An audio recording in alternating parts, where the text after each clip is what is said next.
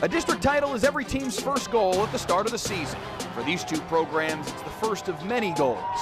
But one of these two takes a big leap closer with a win tonight. District favorite South Oak Cliff hosts their biggest threat in 2020, the Mesquite Poteet Pirates. Next on Friday Night Football.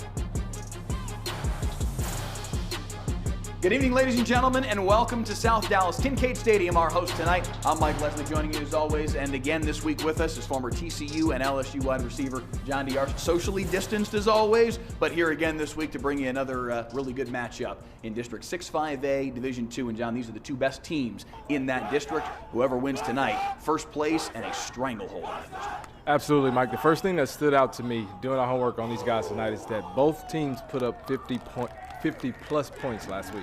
And so what that says to me is, number one, that these teams are going to come out swinging. They're going to come out early in the gates. They got a little momentum going. Everybody's kind of starting to get into their groove. And so I think tonight is going to be a fireworks show unless our two players to watch can actually do their job and give us exactly what we're looking for. So, like I said, outside of that, I believe that, it'll be a good one tonight, I believe. Our players to watch are on the defensive side of the ball. We'll get to them in just a moment. Poteet, as you mentioned, comes in off of a blowout win over Hillcrest. In fact, both of these teams come in off blowout wins over Hillcrest. Sock 2 weeks ago, Poteet last week 58-23. There's a gulf between the top of the district and the bottom of the district for sure. These two teams are part of that upper echelon. Poteet is a team that is interestingly balanced. They've got a lot of talented kids. They may not have the top end 4-star, 5-star level talent, but they're just solid across the board, and they've got a kid that is truly their leader of this football team at the linebacker position in Stephen Kirk. Yeah, Mike, Stephen Kirk. I mean, this guy is a leader of his team. He's the captain of the team. He's the quarterback of the defense again. This guy has shown that he can play very well. Last year earning all district honors after his junior year, and so this kid can show flashes of his ability, and he'll have to do that again tonight. He'll definitely have to do it tonight against a Sock team that has two very, very talented running backs in Cam Davis and Mike Evian Titus. South Oak Cliff, meanwhile, has tons of talent on their defensive side of the ball. In particular, 6 of their 11 defensive starters are rated recruits, 3-star or 4-star, and 2 of them are twins at the linebacker position. Yeah, Mike, I mean, Jai and Jalen Jones, I mean, it's the first time we've seen it, 2 twin brothers on the same side of the ball, making plays left and right. And both of these guys are highly touted recruits among the top 10 amongst this team and amongst the state as linebackers. And so it'll be exciting to see 2 twin brothers go after tonight in Jai and Jalen Jones. Jai already committed to Boise State. Jalen's got 6 different collegiate offers that he's mulling. Both of them are talented, and they are by no means alone. Jimmy Wyrick's going to Stanford, their safety. They've got 2 kids, the Muhammad cousins, that are playing in the secondary as well. They're 4-star recruits. The talent is off the charts on the South Oak Cliff defense. Let's get to the starters for tonight's football game. First, for the Mesquite Poteet offense, is going to have to deal with that Sock defense. Jalen Police, their dual-threat quarterback. Xavion Jeans, small, but very quick, very shifty, very talented running back. Their number 15, Marcel Jackson, their top target on the outside. Defensively for Poteet, we mentioned Stephen Kirk. He's definitely the bellwether for their defense. Branton Cooksey and King Moore on their defensive line, 2 explosive kids that can really get the job done. South Oak Cliff on the offensive side, Kevin Henry Jennings in his first year as the starting quarterback, transferred in fact, from West Mesquite, and he's the man under center for the Golden Bears. His main target on the outside, Justin Harrison, number 3. And for that South Oak Cliff defense, the one guy that we didn't mention that's going to play college ball for sure, 4-star recruit Jaden Williams, their defensive end, an Arizona State commit. Again, 6 of these 11 kids are rated recruits, and even the kids who aren't are super talented and are getting looks from colleges. Sock's defense is loaded. Head coaches tonight for Poteet in his second year at the helm, Rodney McClain, 8-8 in his year and change. And for Sock, it's Jason Todd in his 6th year at the helm for the Golden Bears, 48-17 in that span. First place in the district on the line. Sock and Mesquite Poteet next on Friday Night Football.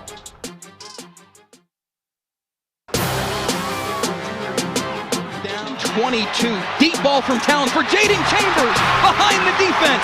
Nice move into the end zone. Wow! Friday Night Football, live on the WFAA YouTube channel. Every Friday night, all season. and a lightning strike from Darian Peace. Next up, the biggest rivalry in North Texas, the Battle of Beltline, as Cedar Hill hosts DeSoto in a clash of top 10 teams.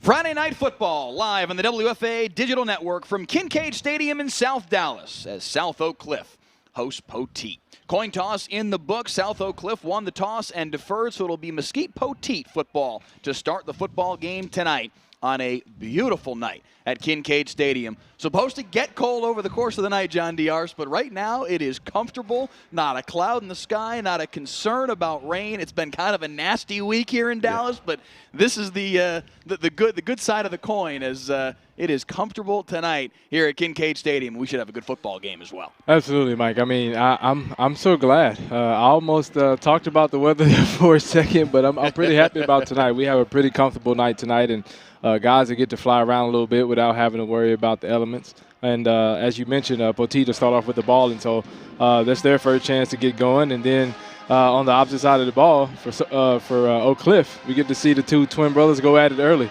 So it'll be a pretty exciting night tonight, Mike.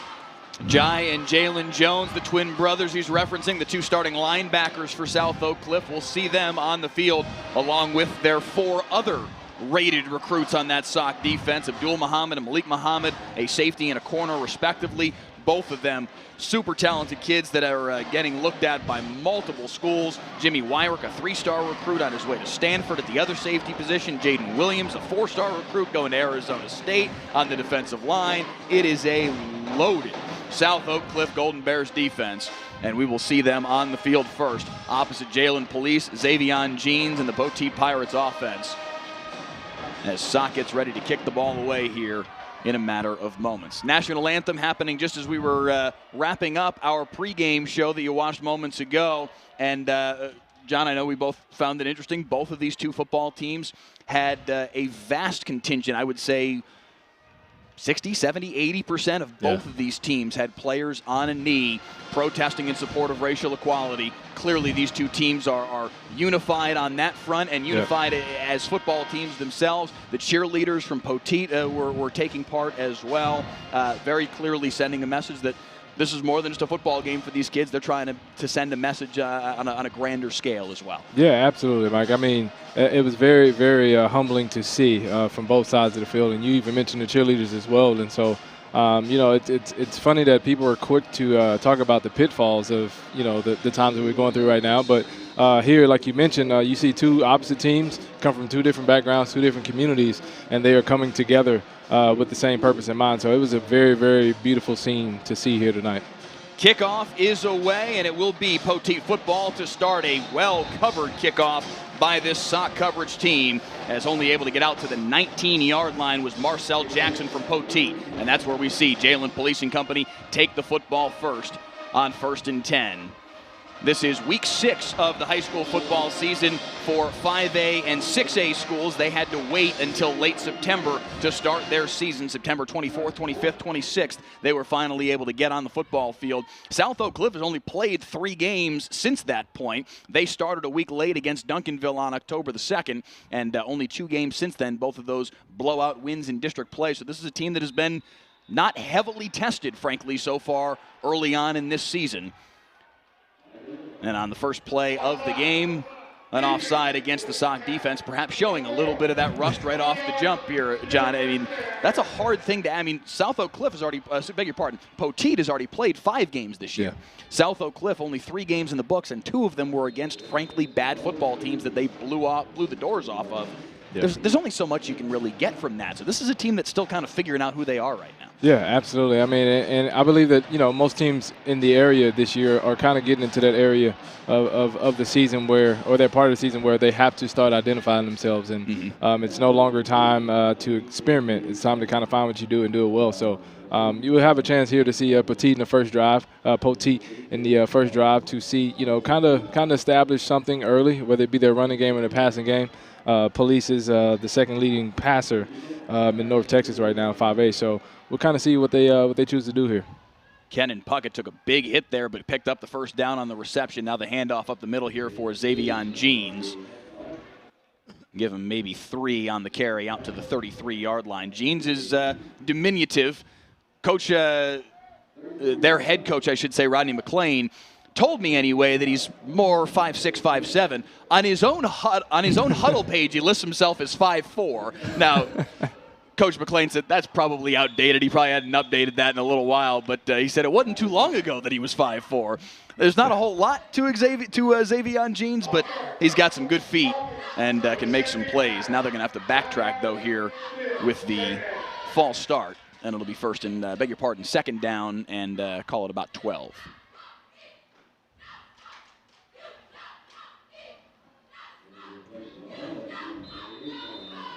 Head referee tonight, Grady Dale. His umpire, Kelvin Woodburn, tonight. Second down and 12. Police has the ball knocked down at the line of scrimmage. Flag on the play right at the line of scrimmage.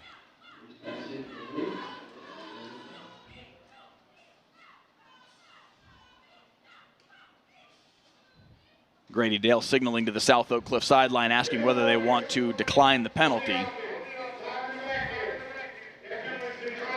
Indeed, they will. And it will be 3rd and a dozen. Steve Anthony, the head linesman. Trey Peters, the side judge. Jared Goodall, the line judge. Jordan Matke, the field judge. And Roy Smith, the back judge on our 7-man crew tonight. 3rd and 12 here for Police out of shotgun. Puckett goes in motion. He's their starting tight end. Charles Bradley, Marcel Jackson, Deshaun Turner, their 3 starting wide receivers. Police looking for one of them here on 3rd and long. Flushed out of the pocket, able to evade. Puckett's going to have to make an awful lot happen here on 3rd and long, and he can only get back to the original line of scrimmage. And it looks like Poteet will have to punt. Alex Brown, Jahir Sanchez, J.J. Donahoe, Jonathan Eccles, Jacob Torres, the starting offensive line for Poteet, left to right. And quickly before Poteet punts the ball away, Jaden Williams, Vernon Henderson, Jalen Alexander, Amari Bedford, the D-line for Sock, Jai Jones and Jalen Jones, their 2 linebackers, the twin brothers, Malik Muhammad, Abdul Muhammad, Jimmy Wyrick, Donovan Lewis, and Kyron Chambers, the starters in the secondary for South Oak Cliff. Poteet to punt it away. Jalen Police, their quarterback, also their punter, so that's potentially dangerous, but he does indeed kick it away. Yeah, absolutely, Mike. I mean, that could be dangerous for your quarterback to also be your punter.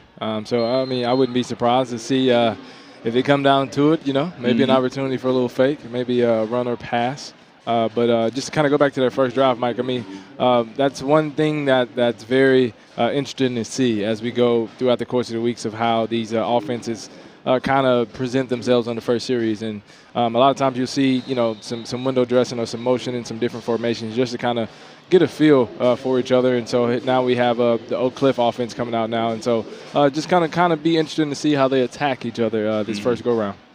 Jimmy Wyrick on that return for South Oak Cliff out to the 43, so good field position here for the Golden Bears to start off on their first possession of the day. Just a $1:38 into the football game. Kevin Henry Jennings, the first-year starting quarterback, swinging it on the right-hand side.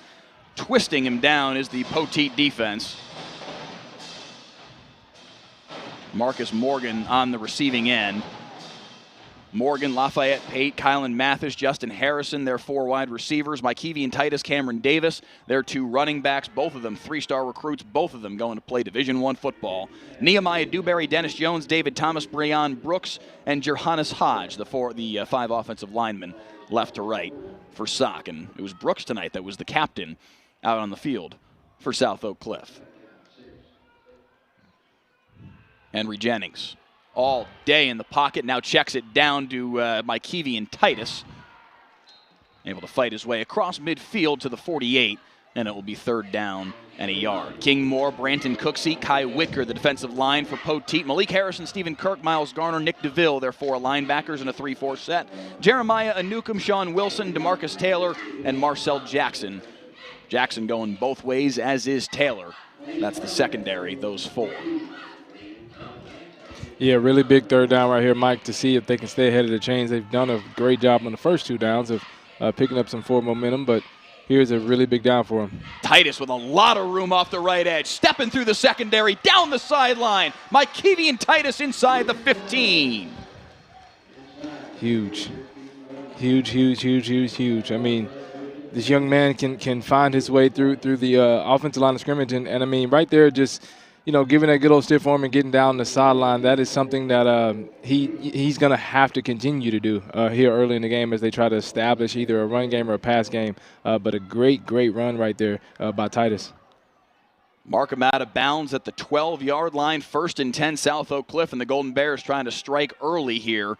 Just 3 minutes and 7 seconds into the football game. It's Cam Davis in there in the pistol, but Henry Jennings is going to go up top into the end zone. Well defended, no flag. Single coverage on the outside, and Marcel Jackson wins the battle.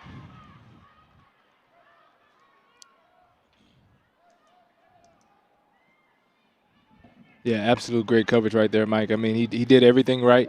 Stayed on top of the receiver. He probably could get a sense or a feel that a pass play would come, especially on a big run like that, to get inside the 15 to start, second and goal here now. So great job, great coverage by the young man in Jackson. Once again, the pistol here for Henry Jennings. Handoff goes to Cam Davis and strung out well. But makes a couple men miss, gets across the 10-yard line. A really nice run from Cameron Davis. Turned what should have been, John, a 2 or 3 yard loss into a gain of 4. Absolutely. I mean, we see why this young man has earned seven different college scholarships over the course of his time. And so right there, just kind of turning, a loss into a positive right there, just being patient with his feet and using his eyes. So great job by giving themselves a 3rd and manageable right here. It'll be 3rd and 6. If they get a first down, it will have to be inside the 2-yard line to do so. Titus the back to the left of Henry Jennings. And he'll get the handoff. Lead blocker bulling his way forward. He's going to be real close to the first down. It's going to depend on the spot, and the far side line judge looks to have him short just barely. It's going to be 4th down and a yard, and quickly back to the line of scrimmage comes Sock. No hesitation.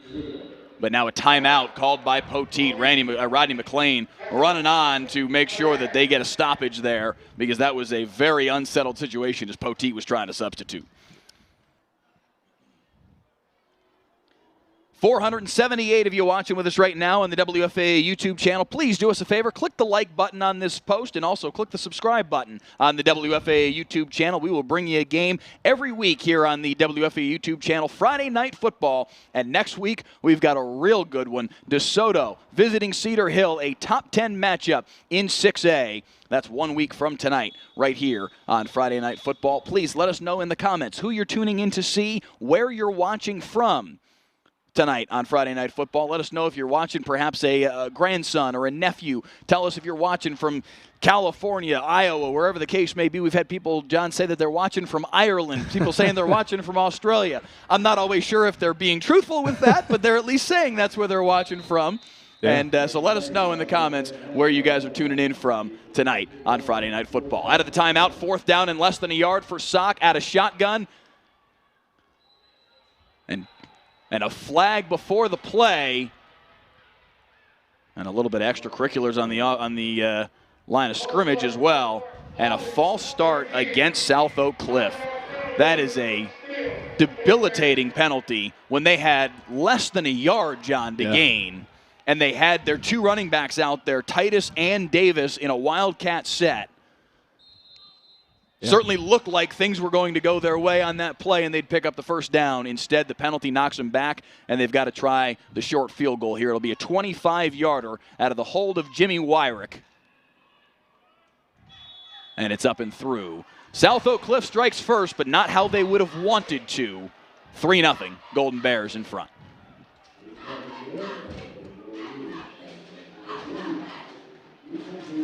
Antonio Loya connecting on the kick from 25 yards away for South Oak Cliff. An impressive drive, John, for Sock, but certainly not how Jason Todd and company wanted to finish that possession. Absolutely. I mean, on that fourth down play right there, I mean, like we mentioned before, early, your first or second series in the game, you kind of trying to find what, direction to go in, and to bring in the Wildcat formation would definitely throw off the defense. And I mean, it's just a great job of them of being prepared. But, kind of switching that snap cadence from your quarterback to now your running back can kind of be a little tweak thing that does make a difference right there. And as you can see, to go from 4th and 1 to 4th and 6, you know what I mean? So,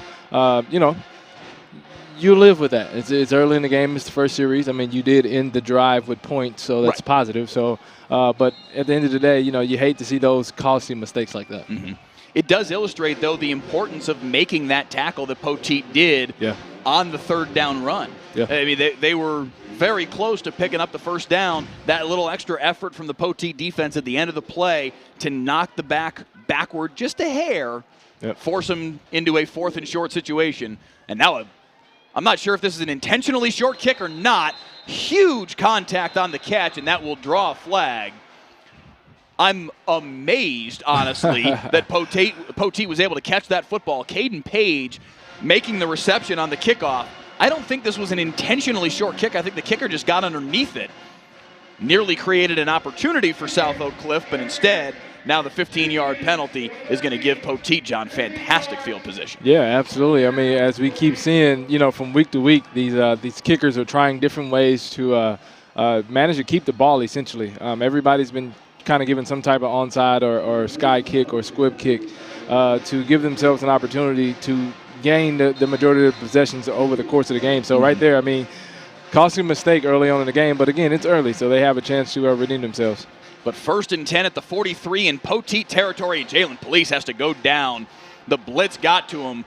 Sock, it looks like, sent 6 on the play, and they just couldn't protect him. Yeah, absolutely right there. That's Jaden Williams doing what he does best, the Arizona State commit, just causing that QB sack right there, adding a little pressure. And, I mean, it almost seems as Police may have hesitated a little bit on that throw. Probably didn't get the look that he wanted, but great job right there picking up a sack. So very quickly, Poteet goes backward. Police is going to try and keep it himself, and again just has to dive forward. Got back to the line of scrimmage, but no further. Then it's going to be 3rd down and 16. This is the exact opposite of what Poteet would want to do to start this possession. You have great field position and 2 consecutive. Well, I guess technically that last one wasn't a negative play, but didn't help any, and it sets up 3rd and 16. Absolutely. One thing that Oak Cliff is doing right now, they're causing a disruption up front with Williams, Henderson, Alexander, and Bedford up there causing that pressure on the quarterback, so making this a long 3rd down. So they're going to have to take a shot. Try and set up the screen here. Puckett, flag on the play, and that's Jaden Williams down for South Oak Cliff, able to stumble back to his feet. Looks like he's fine. Looks like it's going to be a hold against the Poteet offense. Sock will decline.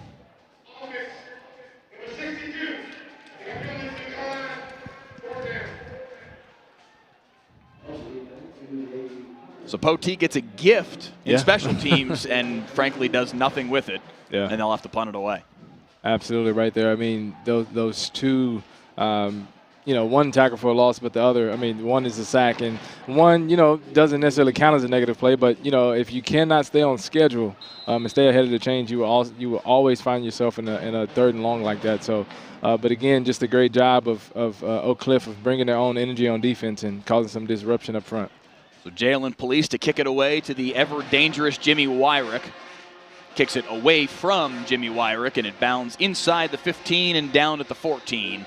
So Sock will be pinned back here to start their 2nd possession of the day. Certainly a good start on their 1st possession. John drove right down the field, looked efficient. The run game was working for them for sure. Cam Davis and Mikevian Titus both making solid plays.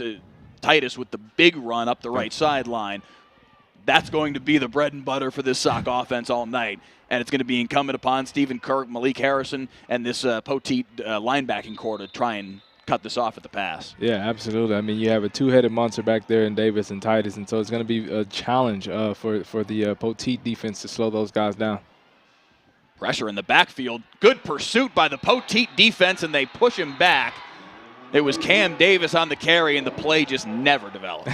Just like we spoke about, they're going to have to find a way to slow down this run game. And right there, just got some really, really good penetration up front from their defensive line, that 3-down lineman look that they give. So a great job of knocking them back and making this a 2nd and long. Officially a loss of 7 on the play. 2nd and 17 from inside their own 7-yard line now for Kevin Henry Jennings and the Golden Bears offense. Play action, stepping up. He's going to try and run for it, and a lot of running room for Kevin Henry Jennings. He'll have the first down. Flag flies in from way behind the play as it came to an end. Back judge fired that flag about 30 yards in the air. And it looks like it's going to go against South Oak Cliff. 16, 10 yards, steal. Mike, you mentioned him throwing that flag on the right spot. I mean, I think over the last week we've been seeing these referees get a little accurate with their flags. They've been pinpointing them in the spot to the foul, so exciting to see that they haven't lost a step tonight. So instead of a first down carry there for Kevin Henry Jennings, it's 2nd down and 8 as the spot foul, in fact, occurred beyond the sticks, but they'll drop him back 10. And it'll be Henry Jennings again out of shotgun. Motion man is Titus. Looks that way, now sets up the screen over the middle to Cam Davis, and read perfectly by DeMarcus Taylor. Nowhere for him to go, and it'll be 3rd and long. That's their two-way player right there, DeMarcus Taylor right there, just reading it. I mean, he played the low safety right there and just kind of played with his eyes and stayed home right there to stop that screen that looked pretty promising. Right there from Oak Cliff, but great job again by DeMarcus Taylor just standing home and reading it. So 3rd down and 9 now. Ball on the 15. They got to get to just shy of the 24-yard line for a first down here. 5 minutes to play first quarter on Friday Night Football. Henry Jennings. Time. Looking deep over the middle. Has a man behind the defense. Nice catch on the run. Randy Reese, the sophomore, and a big first down for Sock. Right there, it's just a good old scramble drill right there. If you get to the end of your route, Mike, you continue to keep running and you try to stay on the same vision of line with the quarterback as a receiver. So great job right there by Reese of just playing the scramble rules and continuing his route out to pick up a big first down. And with that, South Oak Cliff all the way out to the 46-yard line. And 1st and 10. Henry Jennings hands off. Davis spun down after a gain of maybe a yard. One thing in talking with Rodney McClain, the Poteet head coach, earlier this week, he said, listen, South Oak Cliff is fantastic. They deserve to be the favorites in this district. He said, one thing I think they're going to try and do on us is run sideline to sideline. And honestly, I'm okay with that. He likes the athletes he's got on his defense. He thinks they are very much prepared to be able to run with this team and defend sideline to sideline. He said that's not something that really, frankly, concerns him about this football game. And we've seen a little bit of their ability, John, to string out runs. Up the middle, meanwhile, has worked much better for South Oak Cliff, and right up the gut goes Mike Keevy and Titus. That is another first down run for the Golden Bears. Absolutely. As we mentioned before, Coach McClain wants the guys, he wants his offense to go east and west, and that does him a great deal of having athletes on the edge to kind of keep their perimeter protected and right there. But North and South can get him in trouble tonight, Mike, as they continue to feed Titus. He has been kind of their all-around back. He can catch it out of the backfield really well. He's a bigger back to tackle, so a great job by him of getting things going early tonight. Henry Jennings with all day in the pocket, fires into double coverage, but he made the catch. Wow. Inside the 1-yard line, Justin Harrison skies for the grab, and it's 1st and goal. That's an experienced receiver right there, Mike. I mean, ran his route to the extension as far as he could and still came up with a big catch. I mean, if you could see it on the replay, he adjusted to the ball first. That's a receiver that wants the ball right there. And quickly back to the line comes Kevin Henry Jennings and the Sock offense trying to score here on 1st and goal. Officials holding it up briefly to allow for both teams to substitute, but now ready for play. Davis with the handoff, stutter step, and driven back. Well defended by the Sock front, by the Poteet, I should say, front. Absolutely, right there. Just making the adjustments as they go and trying to slow down this run game because it has been piercing them up the middle here so far in the early parts of the game. But to go back on that big pass play on the previous play, I mean, that is a great job of attacking the football by Justin Harrison. 2nd down and goal from the 2.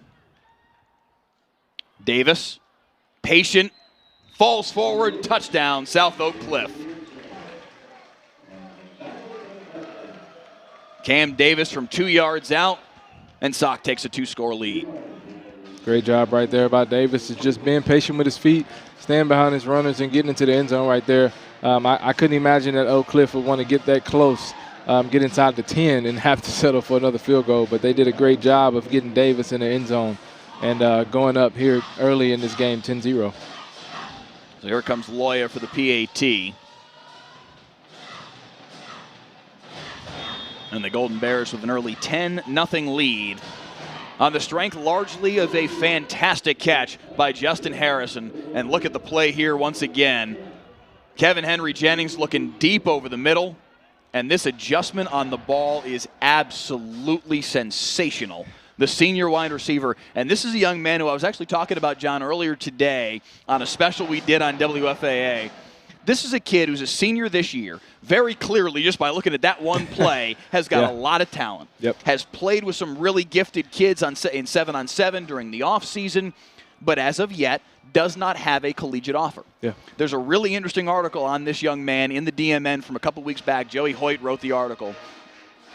Justin Harrison, as much as maybe anybody else in Texas, wanted for there to be a high school football season this year because of the fact that he didn't have that collegiate offer. And this was his opportunity as a senior to go out and earn that opportunity, that respect, that offer from some college somewhere. And why this matters to this kid as much as anybody else, he's the father of twin boys. Wow. Think about how different. If there was no high school football season this year and this kid didn't have an opportunity to make a play like that and draw the attention of college coaches, and if he didn't end up going to college perhaps because of that. Yeah. Listen, it's a big debate as to whether or not we should even be doing this right now, and I understand that. Absolutely. But there are reasons why it's a good thing, too. It's a risk. There's no doubt. There's a lot of logic behind the people that are railing, saying there's no way we should be playing football right now. I get it. Yeah.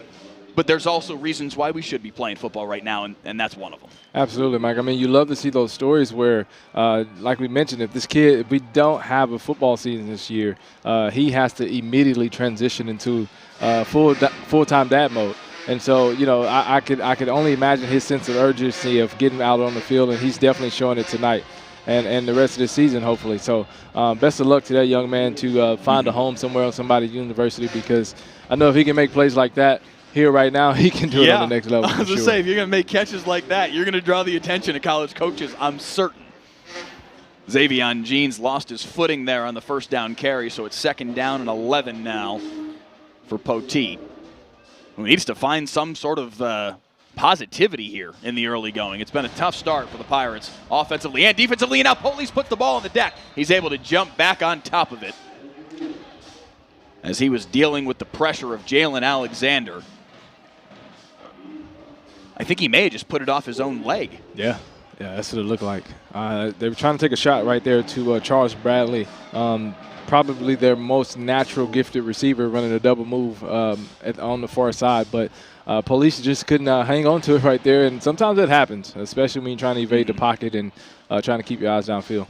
It goes down, though, as a 10-yard loss, and it's 3rd and 21, and this is, frankly, what Poteet has been dealing with here in the early going. Handoff to Xavion Jeans off right guard, and he'll be able to get back to the original line of scrimmage, or at least close to it, but it'll be 4th down and long, and the Pirates will have to punt it away once again. This has been an inauspicious start for sure for this Poteet football team in really all phases of this game.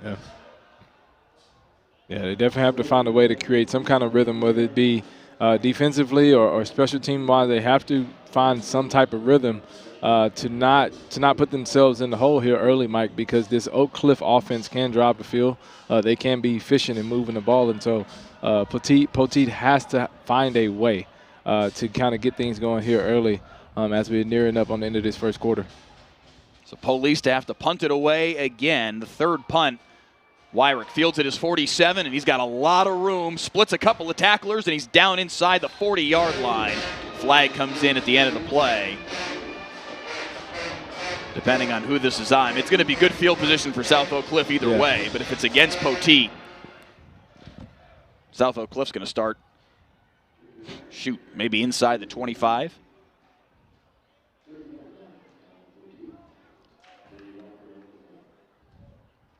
We'll see what Grady Dale and company have to say here.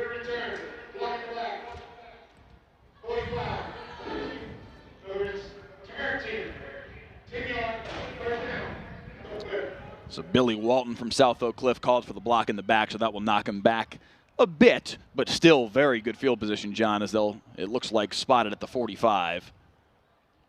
And it'll be 1st and 10 for South Oak Cliff. Yeah, absolutely. I mean, if they want to take total control of the momentum right here to start or finish out this first quarter, they have to score on this drive. I mean, it's not often that you get to start a drive on the opponent's side of the 50, so you absolutely have to capitalize right here if you're Oak Cliff. 1st and 10 for Henry Jennings, swinging it near side, and it's intercepted. Stepping in front of the pass and taking it the other direction for Mesquite Poteet is Jeremiah Anukum, and it's a pick 6. Wow. The senior corner stepping in front of the screen pass, and the play that Poteet has needed in this first quarter is basically how the first quarter will end. What a play by Jeremiah Anukum. I mean, right there, I mean, he read it all the way, Mike. I'm not even sure if he backpedaled. It seemed like a full-on sprint once he read the screen pass. And, I mean, to take it all the way back for 6, I mean, it's a reason why this guy can be put on the island by himself, according to Coach McLean. I mean, he has that ability to lock down a side. And right there, showing the pick 6 early, I mean, that is the energy. We absolutely said they had to find something, and they did right there on defense. Swinging gate formation here, and it looks like Poteet's going to go for 2. Flags on the play. It looks like it's going to be an illegal formation. As running it in for the 2-point conversion was Deshaun Turner, but it looks like they're going to have to try this again.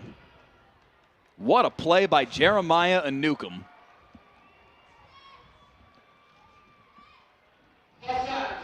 Oh, beg your pardon. Oh, wow. The penalty's against the South Oak Cliff defense.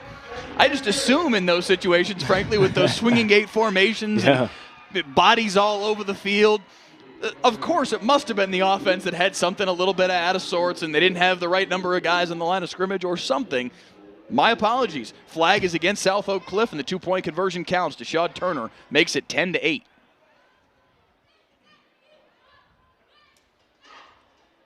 I don't know if we can run back the pick 6 one more time, Clay, just to get another look at that, because this was a heck of a play by Anukum to read the play from the jump and takes it back 53 yards on the pick 6.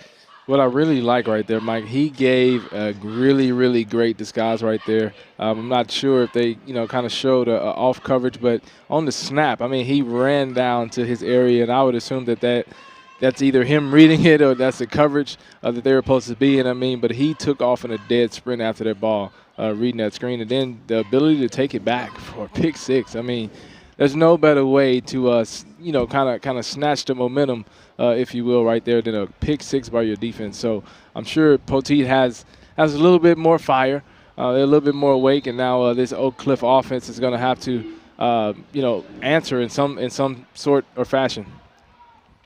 So it's 10-8 after the pick 6 by Anukum. And now Poteet to kick it away. A directional kick toward the left side. Caught at the numbers and running room here for Randy Reese. And he's able to get out to the 46-yard line.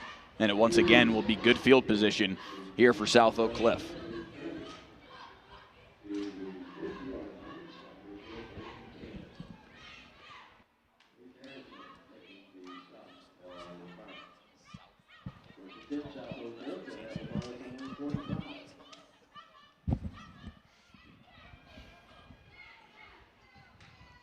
So 1st and 10 for Sock. They'll actually spot it at the 45.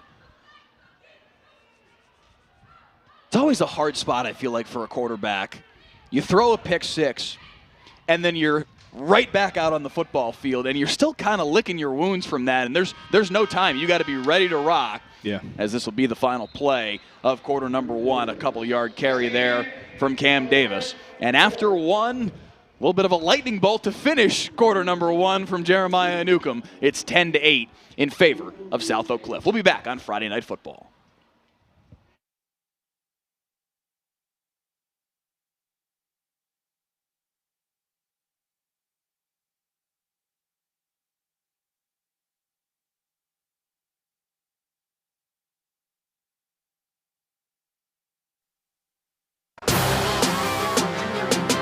Down 22. Deep ball from Towns for Jaden Chambers. Behind the defense. Nice move into the end zone. Wow! Friday Night Football, live on the WFAA YouTube channel.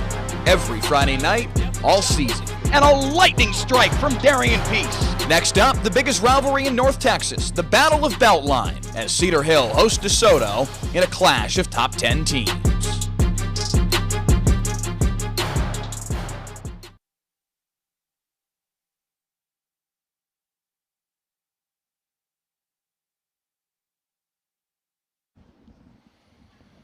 We couldn't be looking forward to that one anymore. DeSoto and Cedar Hill 1 week from tonight here on Friday Night Football. 2 top 10 teams in 6A squaring off right here on the WFAA YouTube channel. Start of the second quarter, 2nd down and 7 here for South Oak Cliff, and Cam Davis with the carry, dragging the pile forward for a couple of yards. But coming out of the pile, they're saying it's still a live ball. It's DeMarcus Taylor with the fumble recovery, I guess, and returning inside the 10. The convoy takes him to the end zone.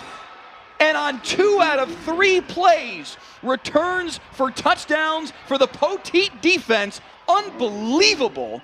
And we're going to have to look at the replay of this one, but it's a touchdown for Poteet. Let's see, Mike. I mean,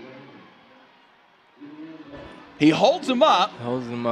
Apparently no whistle. I didn't hear a whistle anyway. And out of the pile with the ball comes DeMarcus Taylor, and he realizes, hey, I was never down. Takes off running.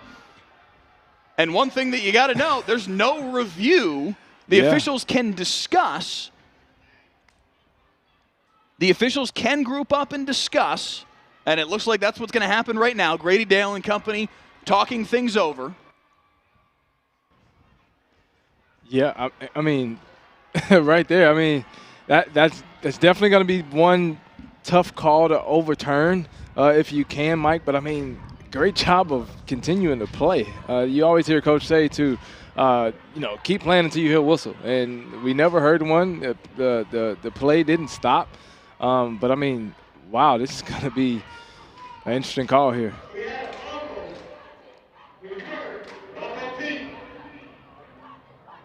The defense got up, took off running. It's going to be first down at the 48, 14 ball. Okay, so what they're deciding here is that DeMarcus Taylor was down, but I'm not sure he was ever on the ground. Right there. Oh, you know what? Right there. Okay, yeah. Yep. My apologies. I think they may have somewhat guessed at that one. I'm not sure how they pieced that back together. Yeah. But credit to this officiating crew. They got it right. He was down. Very clearly was down with the football in his possession. So that is the right outcome here. It'll be 1st and 10 for Mesquite Poteet. Still a huge play, by the way, by DeMarcus Taylor and this defense. But not quite the return for a touchdown that they thought it was. It'll be 1st and 10 for Poteet at the 48-yard line. Hey, credit to these officials. They got that. They spotted it right there. Whether they guessed or whether they actually did indeed see that happen, I'm not sure. Probably not fair for me to say that they necessarily guessed, but very clearly they got it right. Yeah, absolutely. I mean, we've seen plays like that over the last couple of weeks here, Mike, that can make or break a ball game. So, I mean, great odds of right there by the officials of, kind of marking that as a down. But, man, that could have been a game changer. And the defense for Mesquite Poteet getting them back into this football game. Xavion Jeans with a head of steam off the right edge, flagged behind the play, and it looks like this will come back. What a wild sequence right there.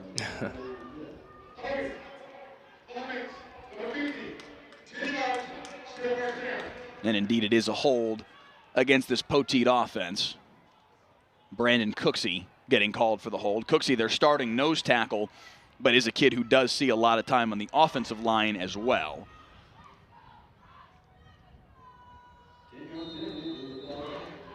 And that sets up 1st down and 20 now for Jalen Police. And this has been the problem, John, for this Poteet offense, as that ball is in the dirt off the hands of police. They've been behind the chains, I think, every time they've had the football. Yeah, I mean, that limits you as a play caller. So, I mean, I can imagine that it's pretty challenging to try to dial up the perfect play to try to get back on schedule. I mean, because that's the thing about getting behind the chains, that you have to get back on schedule before you can kind of methodically make your way down the field. So, big second down play right here. Xavion Jeans with the carry. Maybe 3, and it'll be third down and forever. 10-8, South Oak Cliff leads Mesquite Poteet. Early second quarter action here on Friday Night Football, and a pretty interesting first 12 minutes of play. South Oak Cliff, frankly, John, dominated the first quarter by all accounts, and really in every phase. But a big play there right at the end of the first quarter as Police just has to fire downfield, and that's intercepted. I didn't think that ball was going to stay in play, but it does, and it's Jimmy Wyrick playing center field and coming up with the pick for the Golden Bears. I mean, right there, Mike, just playing his responsibility, playing his half of the field right there. And, I mean, like you mentioned, that ball's up there for quite some time. You know, somebody had to come down with it right there, and Wyrick definitely adjusted to the ball a lot sooner and got to that ball and, you know, kind of took the momentum back. So it's definitely been multiple momentum swings here in the last 2 or 3 minutes of the game, Mike, where each defense has found a way to create some type of special play.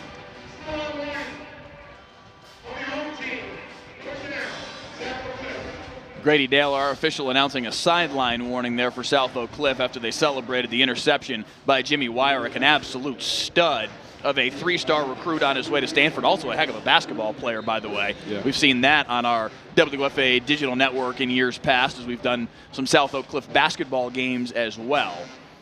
But the interception sets up SOC 1st and 10 at their own 40. And here comes Kevin Henry Jennings and company once again, leading 10-8 and trying to, as you mentioned, John, kind of reassert their momentum. And how about this? That'll help with the momentum. Cam Davis puts his foot in the ground and cuts upfield to the end zone. Touchdown, Golden Bears. Big play right there. Huge play right there to score on the following play of a turnover. So you're talking about securing the momentum. That's a great job of stretching this defense, showing that east to west ability right there and sticking his foot and going north and south and getting to the end zone. So, again, great job by Cam Davis right there, just using his vision. And earlier this week, Coach Todd told us that he is a big play waiting to happen. And right there you have it, folks. A great job of a long run by Cameron Davis. 60 yards on the touchdown run for Davis. 16-8 right now, trying to make it a 2-possession game with the PAT. And indeed they do, off the foot of Antonio Loya. 17-8, South Oak Cliff, and a very seesaw affair thus far here at Kincaid Stadium. South Oak Cliff with the early 10-0 spurt, thanks to the long drive and the Antonio Loya field goal after the 4th down miscue. They had 4th and less than a yard. Yep. And then a 5-yard penalty for a false start led to the field goal attempt. This touchdown run here from Cam Davis from 60 yards out, the latest blow for South Oak Cliff, as they've scored 17 points in just 13 minutes and 23 seconds. A good start for the Golden Bears as they try to move to 3-0 in district play.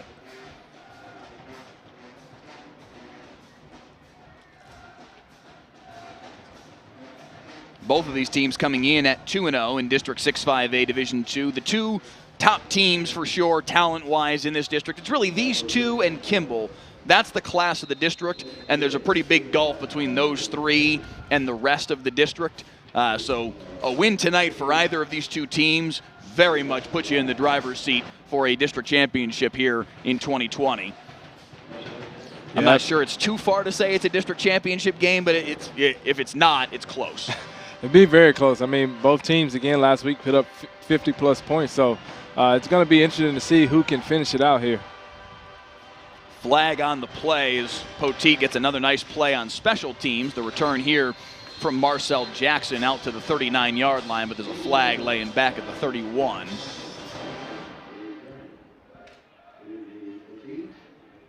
A lot of laundry in the first 13 minutes and change. And we'll see what Grady Dale has to say this time.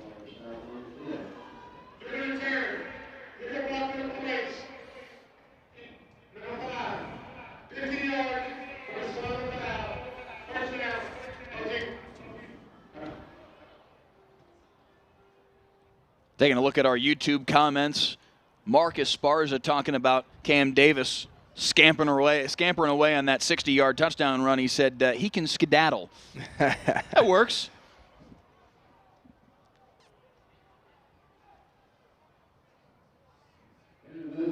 Eric Blair says he's fast as lightning, says he's got serious wheels.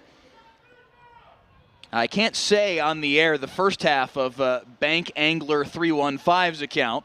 At least I don't think. I mean, it's YouTube. I could probably get away with it without an FCC fine, but I don't know if I can get away with it without losing my job. So I'll steer clear of that one. But he says he's got impressed with the wheels from Cam Davis as well. Let us know in the comments who you're rooting for, what you're watching for tonight. If you're intrigued to see can Poteet pull the upset. I mean, South Oak Cliff certainly comes in as the favorite in this district. Can Poteet hang with them and maybe pull off a surprise win on the road tonight?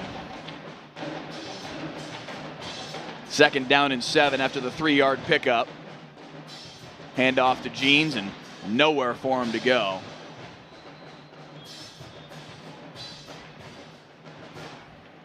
Poteet doesn't have a small offensive line, but Sox certainly has the size advantage. Absolutely. They've been trying to gain control of that line of scrimmage led by, Jaden Williams and on to Vernon Henderson and Alexander and Bedford. They've been controlling the line of scrimmage so far, Mike, and slowing down this Poteet run game. So 3rd down and 8 here. And now a timeout called by South Oak Cliff prior to the play. Poteet's 8 points coming via the interception return for a touchdown by Jeremiah Newcomb. Frankly, that's the closest thing we've seen really to offense today for Mesquite Poteet. They have not been able to move the ball so far. Yeah, I mean, this Sock defense just comes out with a different type of energy, Mike. I mean, even before the game, you kind of saw guys kind of bouncing around and just hyping each other up, and they definitely know how to bring their own energy. And so it is no mistake that this defense is playing at a high level and high volume right now. And so especially with the Jai and Jalen Jones brothers, I mean, just doing what they do and making plays all over the field tonight. So they are definitely causing some headaches for this Poteet offense. So far tonight, Poteet only able to muster 2 first downs. And if these stats are up to date, only 8 total yards. They need 8 yards just here on 3rd down to keep possession of the football. Police, chase from behind, fires right side, has a man complete. A nice play to Deshaun Turner. And indeed, Poteet does have what feels like their first down. Indeed, it's their 3rd statistically. But it has been a struggle so far today for Poteet, but they move the sticks. Yeah, absolutely right there. Huge 1st down conversion right there, 3rd down conversion. Police is having to kind of escape this pocket a little bit tonight, Mike, to get his throws off, and I'm sure they're probably going to try to stick with that of some sort because I can't see right there on 1st down. He just has no time. Has no time in the pocket. He's going to have to get out on the perimeter. So I can imagine that if they want to take some shots downfield here before this half ends, that they're going to have to move that pocket somehow and let him chunk it deep a few times. 2nd down and 13 now after the sack. Police has been, frankly, more than anything, just having to duck for cover on a lot of these plays. He is a shifty kid that has the ability to get outside the pocket, but the pressure has been so intense and from all over that he hasn't even really had the ability to do that. Ball's tipped and falls incomplete. Diving play by Malik Muhammad to break it up, and it will be 3rd down and long. Right there, whenever you see a DB do that, Donovan Lewis, he knows without a doubt that if he catches that tip, Mike, he may walk into the end zone untouched. And so, he definitely, could, pat himself on the head right there and say, hey, just keep your eyes up. But great job of covering right there and give some credit again to Jaden Williams of just using his speed on that edge and getting to the quarterback. 4 wides here for Police, but again, pressure in his face, and he can't get away. Ball came out at the end of the play. I'm not sure if he was down already. But again, it's Jaden Williams scrambling his way out of the pile, celebrating the sack as he was able to split the double team and get to Jalen Police and record yet another sack. This kid on his way to Arizona State, John. And this is a kid, 6'2", 200 pounds, playing defensive end. Yeah. That's fairly slight. His coach, and this is saying a mouthful, compares him to Isaiah Simmons, the kid out of Clemson that's now in the NFL. Yeah. That's a big-time statement. That's a freak of an athlete. But we've seen at least a taste of what he's talking about tonight. Absolutely. I mean, he's showing it tonight, Mike, of getting in the backfield time after time. He's using his speed against Alex Brown of Poteet right there to just split double teams. He's using his length and his long arms on a one-on-one matchup. So he's definitely showing some Isaiah Simmons flash, Mike, I could definitely say. Yeah. Punt rolled out of bounds at the 45, so again, Sock will start in Poteet territory. The number 7 team in North Texas in 5A, according to the Dallas Morning News. Neither of these teams ranked in the state rankings, but Sock's certainly one of the best teams in North Texas in 5A. Handoff up the middle for Mikevian Titus, and he falls forward inside the 40. Titus on his way to Texas Southern. Cam Davis on his way to San Diego State. Each of them 3-star running backs that Jason Todd and this South Oak Cliff team can just run out there and wear offenses down. Jacoby Walker, the Sock offensive coordinator, has every weapon he could ask for in the run game, and they also, we saw Justin Harrison make a crazy catch in the passing game. They've got, this is a dangerous offense to pair with what is an absolutely fantastic Sock defense. Snap gets by, though. Kevin Henry Jennings, he just has to fall on it. He probably had more time than he realized there, John, but still always, never a bad play to just fall on the football in that situation. I believe, Mike, I mean, playing a little quarterback, I believe the only time that you may be able to pick something up like that is if you have a pretty good sense of how fast that defense is flowing. So, like you said, it's always safe to just jump on and live to play another day. But you cannot put yourself in 3rd and 20 situations because that does, shrink the size of your play call sheet. I mean, you got to either, be safe with a run. You got to throw some kind of screen in there to kind of, try to catch the defense off guard. But, I mean, it's very hard to call plays in 3rd and 20. Henry Jennings looking deep up the near side. He's got a man behind the defense, but it was underthrown. Some hand fighting there, but no flag as Newcomb was able to get back in coverage. He was beat, John, but the ball being underthrown allowed him to get back on top of things. Absolutely. I mean, Starling right there. I mean, he had a step. He had a step on him for a second until he had to adjust. But again, just going back to that 3rd down play, it's very hard to call an effective play, a play that works when it's 3rd and 20. So they haven't had, a lot of situations like that here. But, it does make it very, very tough. I believe this may be their first time punting tonight. So, but it does make it very tough to call the right plays on 3rd and 20. It is indeed Sock's first punt of the evening. And frankly, a big part of why they have to punt is the snap that you're talking about. I mean, that's a major negative play that just makes life difficult for an offense. And you couldn't see it on the replay just how deep behind the defense Taylor Starling really was. But the ball being just a hair underthrown gave Newcomb, who's a very talented corner and is really good at adjusting to the ball in the air, as we've already seen once on his interception. Now, that was a little bit of it was a screen play, so a little different scenario, but able to get back in step with Starling. And frankly, knocked into Starling. I wondered if maybe we would see a flag there for pass interference because he did kind of knock Starling off his spot. But I know as a wide receiver, you want to see that call. Absolutely, Mike. We love those. We would definitely, hey, where's the flag? Give me a flag. So as a receiver, absolutely. If this is my choice, it'd be 1st down. So it's Loya to punt it away. The lefty sends a wobbling punt downfield, bounces off of a Sock player first, then off of a Poteet player. As a result, this should be ruled as Poteet ball, even though Sock recovered.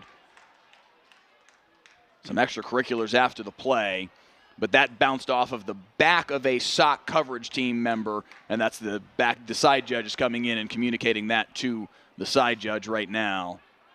Yeah, that could have been costly right there.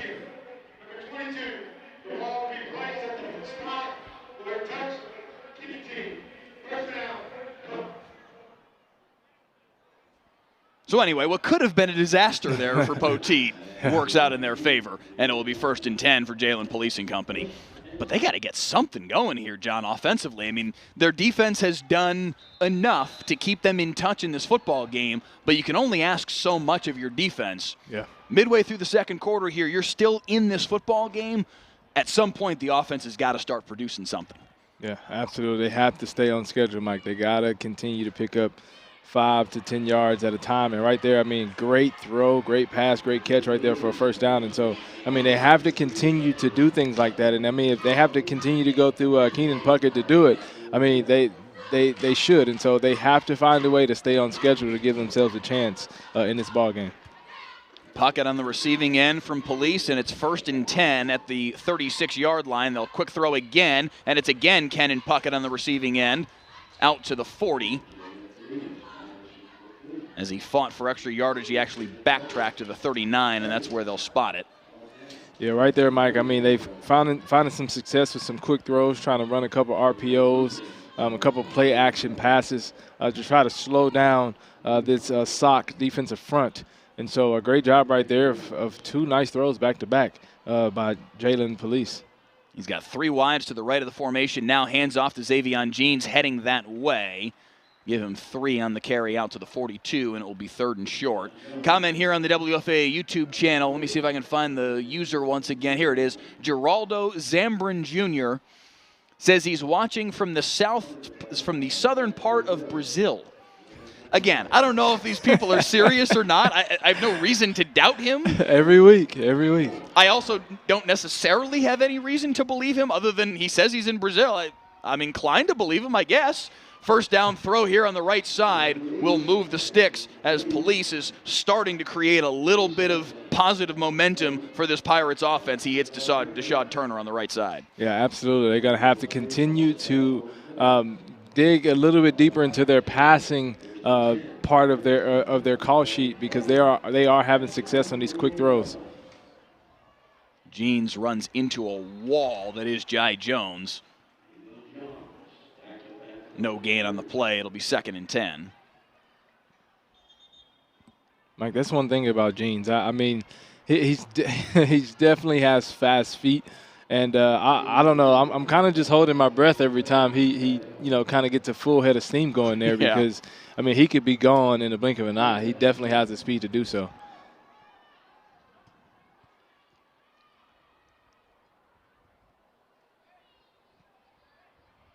3.5 to play, second quarter, 2nd down and 10. Police off play action, right side. Kenan Puckett, 1st down again, inside the 40, and this is easily the crispest the Poteet offense has looked here in the first half.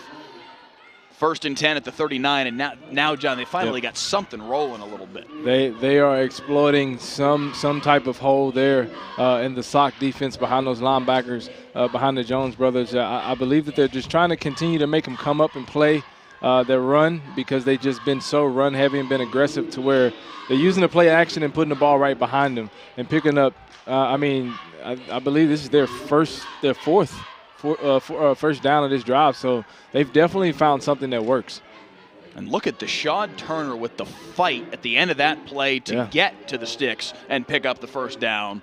There's a little swagger building finally now here for this Poteet offense, and credit to him for fighting through what has been a tough first half. And now the deep ball looking for Turner into single coverage and incomplete. He never really had an opportunity to turn and play the ball. Good coverage from Malik Muhammad. Yeah, I mean, Muhammad, 9 college offers right there and did a great job. I mean, as a DB, you almost kind of expect the offense to take a shot, especially when they inch, anywhere between 5 to 7 yards from the red zone. So that's a great job of staying on top of the receiver right there and having to make the receiver play through him. That's just understanding leverage and coverage right there. 2nd and 10 off the jet motion. Police is going to keep it himself off the fake. And he'll gain maybe 6 on the play. That's one thing that Rodney McLean mentioned that's been a big difference this year for Jalen Police. He's been a good thrower of the football for them in years past. He's a step quicker this year, and that has allowed him to really morph into this dual-threat quarterback. Last week, 9 carries, 126 yards, and 3 touchdowns. He can make plays with his feet and shows a little bit of it there. Now a quick pitch to the left-hand side, a little behind Xavion Jeans, kind of disrupted the timing of the play, but he might have enough, John, for the 1st down. Yeah, definitely a 1st down right there. I mean, again, Jeans, even with the ball behind him, Mike, I mean, I don't think he broke his speed at all right there to pick up a first down. So, again, this young man can stick his foot in the ground and go north and south in a hurry. And I can imagine that, he'll potentially have one coming up here pretty soon. And now South Oak Cliff has to call timeout. $1:49 on the clock here in the first half, and Sock uses their final timeout. I think more than anything, John, just to kind of stem the tide a little bit, give their defense, which is fantastic, but is getting a little bit run ragged right now by this Poteet offense, an opportunity here for Sock defensive coordinator Kyle Ward to kind of rally his troops and figure out a way to finally maybe find a stop here on this drive. Yeah, I mean, they're gonna have to either, sub in some fresher guys, some fresher legs, or guys that kind of have to stay at home and be more patient on the defense side of the ball, because they have been very, very aggressive in the run game, and they've definitely slowed down Poteet run game here early. So, their linebackers are a little aggressive, playing a little closer to the line of scrimmage, so they're leaving a lot of space behind them for the quick throws, and that's something that Poteet has been exploiting here on this drive and picking up, I believe, 5, 6 first downs. So it's a great job by them of finding a rhythm and getting their receivers going. 1st and 10 for Poteet out of the timeout. 4 wide receivers here for Jalen Police. And now a flag on the play.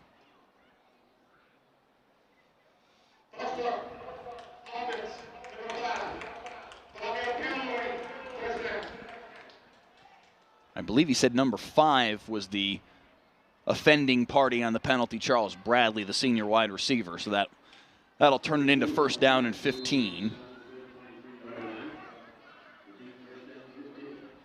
Looks like Poteet will stay with the same play here, same personnel, and go right to it on 1st and 15. Handoff, Jeans, able to rip his way through the first tackle and get back to the original line of scrimmage. Jaden Williams right there of slowing down Jeans right there. I mean, if Jeans can slither through there, I mean, he may be still running here, Mike, here late in his second half. But I mean, first half. But again, I mean, Jacob Torres and Alex Brown are going to have their hands full tonight dealing with Jaden Williams coming from both sides. I mean, early in the game he was on the right side, and now he's on the left side. So he's definitely trying to find his niche and get going here before this first half closes. Call it 2nd and 11. Jeans again with the handoff, trying to jump cut his way through the teeth of the defense, and that one went nowhere, and it will be 3rd down and long.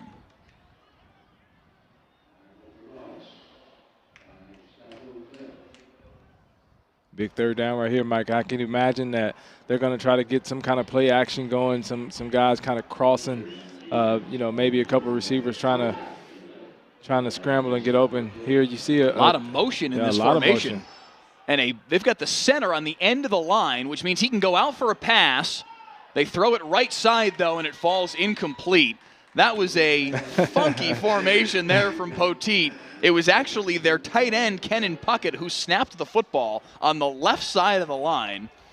That was unique. Unfortunately for the Pirates, it went begging, and it will be 4th down and 11. And it looks like they may try a field goal here. It looks like that might be the unit they're bringing on right now. Their kicker is Nico Aguilar, and that is indeed what they will do. They feel like they've got range with him out to about 45. This right here would be a 37-yard field goal attempt, and with 31 seconds left in this first half, Poteet will call their 2nd of 3 timeouts and make sure that they're fully settled for this mid-range field goal attempt for Aguilar. But a good drive finally for Poteet. If nothing else, whether they get points out of this or not, at least some positive momentum from their offense, some good vibes, frankly, for their offense, John, to finally start to see things piece together for them. Absolutely. I mean, they found a rhythm. One thing that I've mentioned a couple of times is that they've gained the most first downs in this game in this drive alone. I want to say it's between 5 or 6 first downs, and so they are definitely finding a way to stay on schedule and stay ahead of the chains. And so they could be settling in here a little bit, Mike, and kind of starting to kind of pick apart, this defense and try to find out where the weaknesses are and attack them. So it's Aguilar from 36 out from just left to center. Good foot on it, and it's through. And Poteet gets points out of their best offensive possession of the day. and they cut it to a one-score game as a result, 17-11.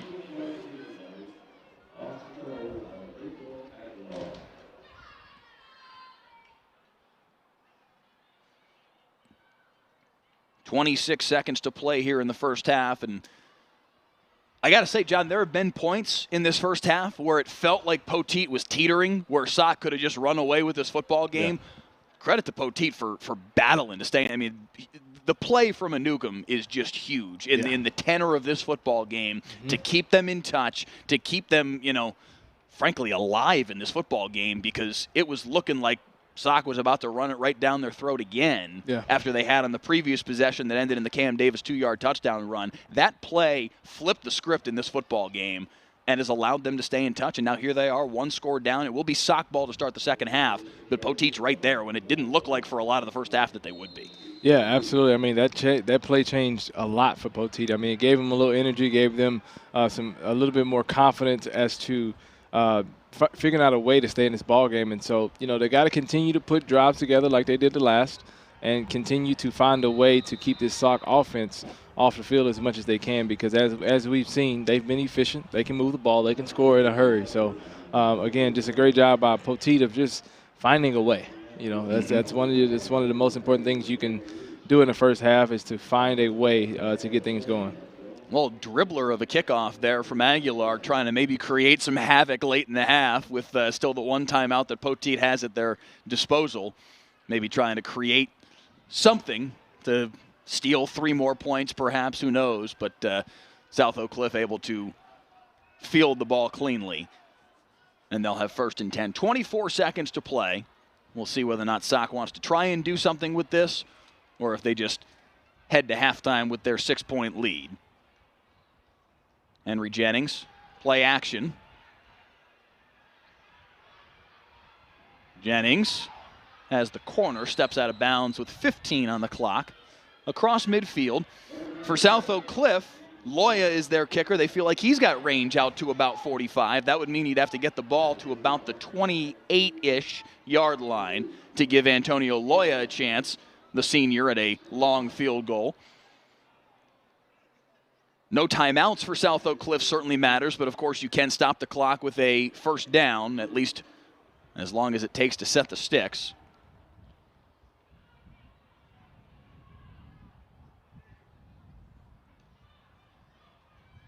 Again, play action for Henry Jennings. Looking deep up the middle into triple coverage, and it's picked off. And let's see if DeMarcus Taylor can make something happen here on the return. Back out across the 20, but taken down there. 2 seconds on the clock here in the first half. And Poteet's defense came to play tonight. They have been up to the challenge of a really talented South Oak Cliff offense. Yeah. Poteet has been there to meet it and keep their football team in the game all night tonight. Absolutely, Mike. I'm interested to know what the conversation is right there with their quarterback, Jordan Mays, bringing him in, in the final seconds of the first half. I would imagine that you kind of, run and keep that momentum and go into the half with the momentum, but, decide to take a shot, give themselves a chance to put points up on the board, and, they cause a turnover, which may not necessarily matter here late in the game, but, again, a great job of the Poteet defense of getting off the field. So with 2 seconds left, you imagine Poteet will be happy to just head into the locker room down 6, having made another good defensive play. They will sling it on the right-hand side for Puckett and see if he can make something happen. Nowhere for him to go. And that will end half number 1. 17-11. South Oak Cliff with the lead on Mesquite Poteet.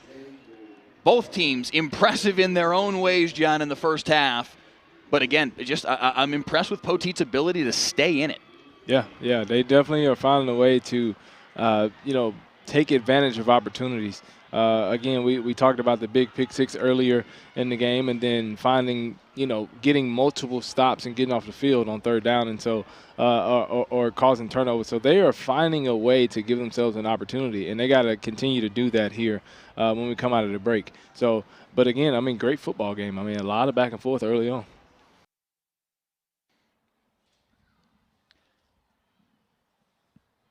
Back on Friday Night Football, 17-11, the South Oak Cliff Golden Bears lead the Mesquite Poteet Pirates by 6 through 24 minutes of play. Mike Leslie and John Diar's back here with you high above Kincaid Stadium in South Dallas. Week 6 of the high school football season for 5A and 6A football teams. The 4A and on down are, frankly, in their second to last week of the regular season. It's a wonky high school football season, but that is where things stand as of right now. The 4A and 4A, 3A, 2A, and 1A schools are all on the verge of the playoffs. 5A and 6A, it's middle of the season. That's where these two teams stand right now. 17-11, South Oak Cliff with a 6-point lead at the break. Both of ththese two teams trying to get to 3-0 in district play. And as we bring back in our color commentator, John Diars, the former TCU and LSU wide receiver, good enough to join us every week here on Friday Night Football. And, John, this has been a kind of a weird, frankly, first half of football. A lot of turnovers, a lot of sloppiness at times, but also some interesting and crisp football also. It's been kind of in fits and spurts. But as it stands right now, South Oak Cliff with that 6-point edge. Yeah, absolutely. I mean, and when you got two, high-powered defenses like these two teams, it's definitely going to be a lot of up and down. It's going to be a lot of the offensive coordinators on both sides trying to figure out, kind of play chess and kind of figure each other out and see, if they can find a rhythm. One thing that Poteet did at the very end of the first half or towards the middle to the end of the first half is that they found a rhythm. They stayed above the chains. One drive they had, 5 or 6 first downs in a row, and so that's huge for them because they definitely started out the game with a couple of, negative plays and penalties and stuff like that that would, make it a very long, first and second down to start. So they definitely started to kind of find their rhythm there. There to close out the half. And then for Sock, Sock has firepower on both sides. And so I think for them coming back in the second half is going to have to continue to keep their fire, keep their energy. These guys have been going ever since they got off the bus, Mike. And so they're definitely going to have to keep that fire and that energy here in the second half to give themselves a chance to win this ball game.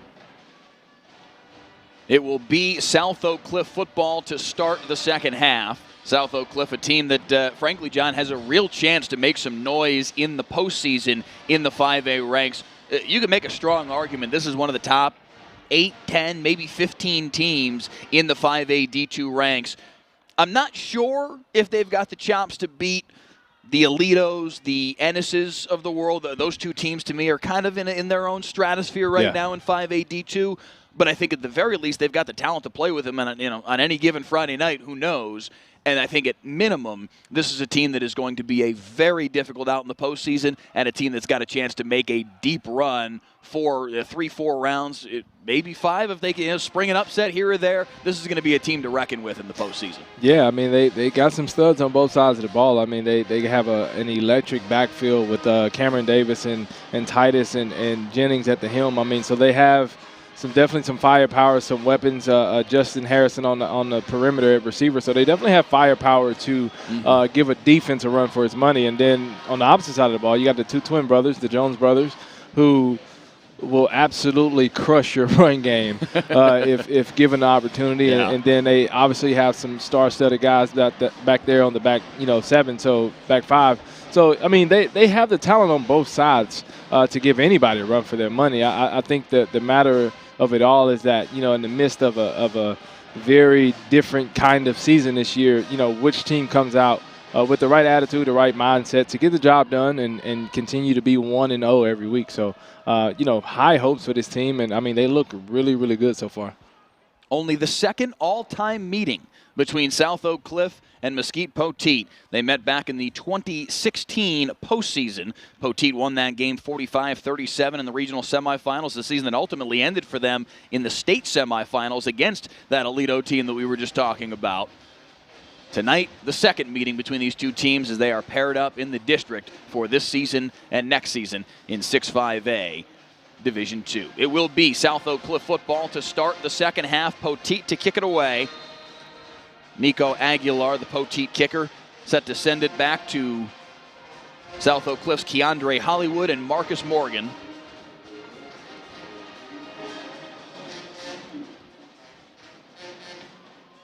And a short kick here.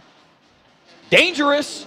And South Oak Cliff able to pounce on top of it. We've seen both of these special teams try and create uncertain situations. Poteet not quite able to pull it off this time, as South Oak Cliff fortunate that Justin Harrison jumped on top of it. Yeah, right there. I mean, we've definitely been seeing it from multiple weeks here on out, trying to create some confusion in the return game. And right there, you never want to be caught like a deer in headlights right there with the ball on the ground, trying to field a kickoff, because, I mean, that kickoff team is covering. They're getting to the ball. And so very great job of jumping on the football right there and starting here on the inside of the 35, making their way down the field. Put it at the 38-yard line, 1st and 10 for Kevin Henry Jennings and the South Oak Cliff offense. The West Mesquite transfer. Henry Jennings, a little flip forward and well defended in the backfield to make the play for Poteet is Miles Garner, and it's a big loss for Sock on the first play of the second half. Right there, Mike. I mean, you just see him running through the hole untouched to come up with a big tackle for loss right there on first down. I mean, just took off from a dead sprint in his position at inside linebacker and making a big play right there on first down. 2nd down and 17 after the big loss. Henry Jennings going to keep it himself, and he's got nowhere to go. Flag on the play. It was thrown basically at the feet of Cameron Davis.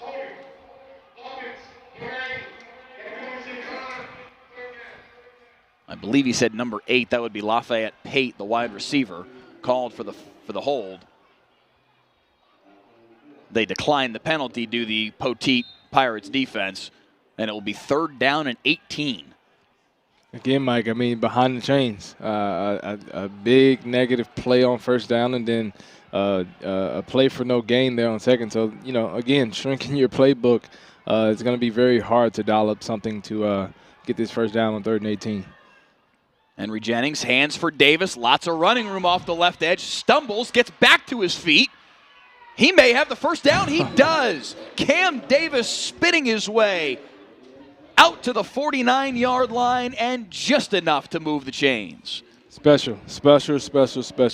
That is definitely something that comes in his tool belt. He is a big play waiting to happen. I mean, and it's not often that you see, Mike, and we haven't seen for a running back to pick up a long first down like that on 3rd and 18. So great job by Cam Davis. And that's a backbreaker for the Poteet defense. Coming out in the early goings of this second half, thinking, here we go. We're about to get a 3-and-out, get the football back to our offense. And Cam Davis makes a big play, and now Titus carries himself for 7 yards on the fresh 1st and 10. But what a play by Cam Davis to just sink the knife a little deeper, honestly, on this Poteet. I mean, that is a back-breaking play. Absolutely. I mean, we've seen the 1-2 punch on the last run right there by Titus, and that's just a great job of Jacoby Walker, the offensive coordinator for SOC, to use that 1-2 punch. You know, use Davis as a versatile guy and use Titus as the downhill guy. So they're having a lot of success running behind those two. Flag on the play here prior to 2nd down and 3.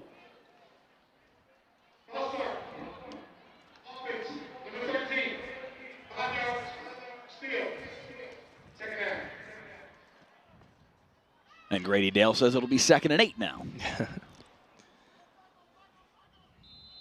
2 and 15 seconds gone by, 3rd quarter here on Friday Night Football. Just about 800 of you watching with us right now on the WFAA YouTube channel. Please click the like button, click the subscribe button here on the WFAA YouTube channel, as we will bring you a live high school football game every Friday night, all season long here on Friday Night Football. And next week, a really good one, DeSoto and Cedar Hill. 2nd down and 8. Henry Jennings flushed. Is that a fumble? They're going to say that was a forward pass. Grady Dale immediately, the official signaling that it is an incomplete pass. Take another look here. I mean, he was very clearly trying to throw. Whether that's a forward pass, I mean, that ball went straight sideways. Yeah, I mean, I don't know, man. I don't know. That's close right there, Mike. I mean, it almost seems that as the ball was, you know, kind of already free as the arm finished through on the throw. So, I don't know. They kind of may have gotten away with one right there. But, I mean, 3rd and 8 is manageable. They found a way to get first downs despite, you know, some of the trouble they've been having. That is also an incomplete pass, or at least should be. That was very clearly a forward pass, and instead the officials are saying that it's Poteet football. Our line judge, I think, is going to come in here and correct the call. Yeah. I think he's running in to say, no, that was a forward pass. That's a little pop pass. Henry Jennings definitely shuffled that forward. That is an incomplete pass and should be 4th down and 8. We'll see if Grady Dale and company gather together and make that determination, but that should be the call here. Poteet's offense is running out on the football field. I mean, that's very clearly a forward pass. There's not a doubt in my mind. That's very interesting. That's very interesting. Now maybe they're changing the call? The chain gang on the far side is confused too because they've moved back and forth now on 2 different occasions. It looks like the call is going to stand as a fumble and Mesquite Poteet possession, 1st and 10 at the 44 in South Oak Cliff territory. Yeah, Mike. I mean, wow. I mean, it's a lot of confusion right now. I mean, I think Sock is missing a defensive back. I mean, it's a lot of confusion there on that last play. So, not really sure if they're going to re-talk that. I mean. Poteet now, I beg your pardon, South Oak Cliff calls timeout. That's their first here in the second half. Clay Marshall, our director, is running this back one more time. That is very clearly a snap caught by the quarterback, Kevin Henry Jennings. That's a forward pass. I know it doesn't go very far, but it is a forward pass to Randy Reese. If you were to put that, let's say Reese catches that and runs with the football, that's not a running play. That's a reception and receiving yards that would go in the stat book. That is a pass and should have been ruled as such, should have been an incomplete pass and 4th down and 8. And South Oak Cliff would have been punting the football away. Instead, Grady Dale and his crew rule it a fumble, and it is Poteet football, 1st down and 10 at the 44-yard line. Police hands off. Xavion Jeans breaks the first tackle and stumbles his way forward.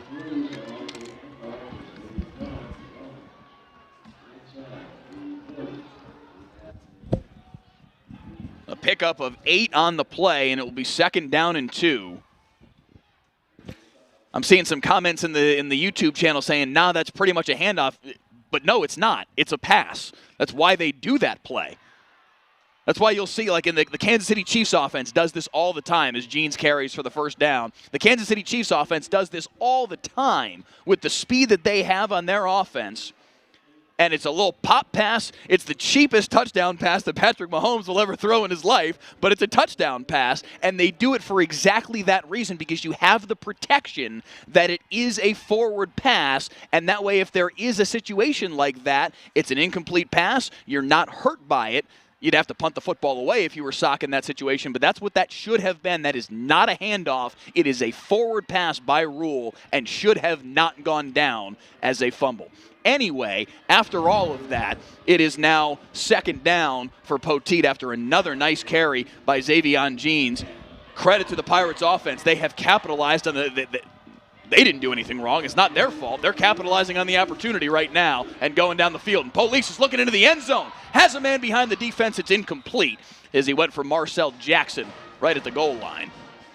I mean, right there, wanting to take a shot, Mike. I mean, you get a big turnover like the one we just saw. I mean, you got to take a shot at the end zone, and that's one thing that I think Poteet is going to find their success in taking opportunities and taking chances in the passing game, because they are catching this defense coming up to support run heavy. And so, you know, right here, big 3rd down, 3rd and 3, they have to call a play to continue to keep this offense on the field and keep this momentum right now. We have seen them hit a 36-yard field goal. From here, it would be about 40. Hand off to Jeans, and he's met with a face full of the defensive front from South Oak Cliff. Jai Jones coming through with the tackle. Jalen Jones in on it as well. And it looks like it was also Jalen Alexander who maybe had the biggest chunk of Xavion Jeans. A loss of 2 on the play, and Poteet is going to go for it here on 4th down and 5. Have to get to the 19 for a 1st down. Police had a shotgun. Flag on the play. Is that going to be offensive or defensive? There was movement from both the left tackle and the defensive end on that side. It's offside against South Oak Cliff. Was this a long 5? They're saying it will result in a 1st down. That's twice now we've seen South Oak Cliff with a colossal penalty on a 4th down situation. Their own 4th and short inside the 5-yard line created 4th and 6. They had to kick the field goal, and now here they give Poteet a fresh 1st down. Yeah, you just can't make that mistake on 4th down like that to give an automatic 1st down on the offsides call. Jeans with the handoff, and again, nowhere for him to go. This defensive front from Sock is very good. Yeah, absolutely. I mean, as much as it would definitely be nice for Poteet to have a run game that's going to flourish, I mean, running east and west has definitely been a struggle or a challenge for them. And so, you know, I would like to imagine that they're going to kind of get back to their play-action game and try to get those linebackers to come up and play and get some quick passes off. 2nd down and 11. Police.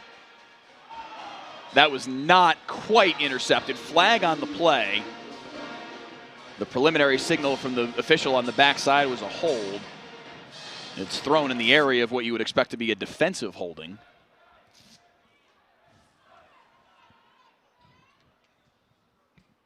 I'm seeing some comments on the YouTube channel that this has been a sloppy start to the second half. You're not kidding. Yeah, absolutely. And really on both sides. Yeah. I did see a comment here on the YouTube comment stream, and this is frankly a fair point. The 3rd down play that was ruled a fumble immediately followed that 2nd down play where the ball was knocked out of Henry Jennings' hand that might have been a fumble. They're saying, hey, ball don't lie. Maybe the ultimate outcome was that it should have been Poteet football. Yeah. I'll hear it. I can get on board with it. Absolutely. There's some fairness to that argument. After the penalty, it's 1st and goal now here for Jalen Police and Poteet. For the first time today, they've penetrated this deep. Their 1 touchdown came on the pick 6. So this is easily as far as they've gotten so far tonight. Maybe a gain of a yard on the first play of this set. Yeah, Mike, this is definitely 4-down territory. And so they you know, essentially they have 3 downs to take a shot at the end zone. At some point, I just can't see them getting the kind of push up front, you know, to get Jeans going in the backfield to be successful. So I could imagine that, you know, the next couple of plays they try to actually take a shot to the end zone. Play action over the middle, Puckett incomplete. He had Abdul Muhammad, the sophomore safety, draped all over him, John. Yeah, absolutely. Just great coverage right there. I mean, he stayed at home, didn't get fazed by the play action right there, and played perfect coverage. I mean, you can't ask for any better job than that. I mean, and then Puckett just, you know, trying to get a paw on it. But, I mean, when you drape like that, I mean, it's not much you can do in a situation like that, Mike. You mentioned it before. It's 4-down territory. This is the only time today we've seen Poteet get this deep.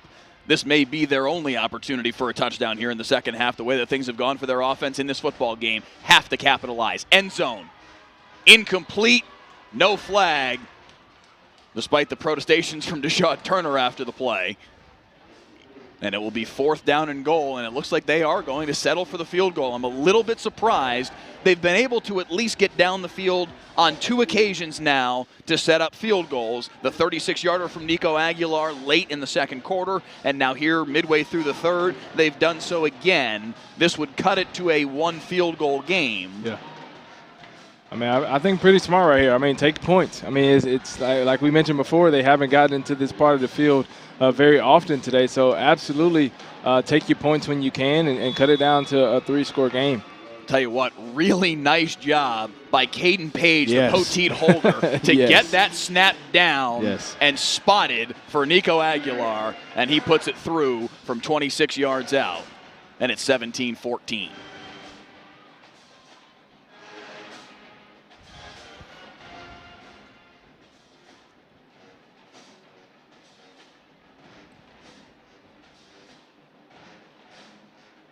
So Nico Aguilar with a pair of field goals, one from 36, one from 26, bookending halftime.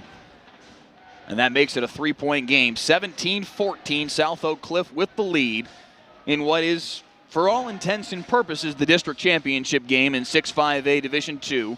The folks down at Kimball might bristle at that characterization. That's the one other team in this district that has a shot this year, John, but these 2 teams were certainly the 2 favorites coming into the season in this district. And Sock, frankly, was the I don't want to say heavy favorite, but they were pretty strongly ensconced as, the team that was expected to come out of here as the district champ in 2020. Credit to Mesquite Poteet on what was a frustrating, at the very least, I think, first half for them in a lot of different ways. But they muddled through all of it to stay in touch in this football game, and now here they are, just down 3 mid-third quarter. Yeah, I mean, just to go back to that third down play, I think that was huge.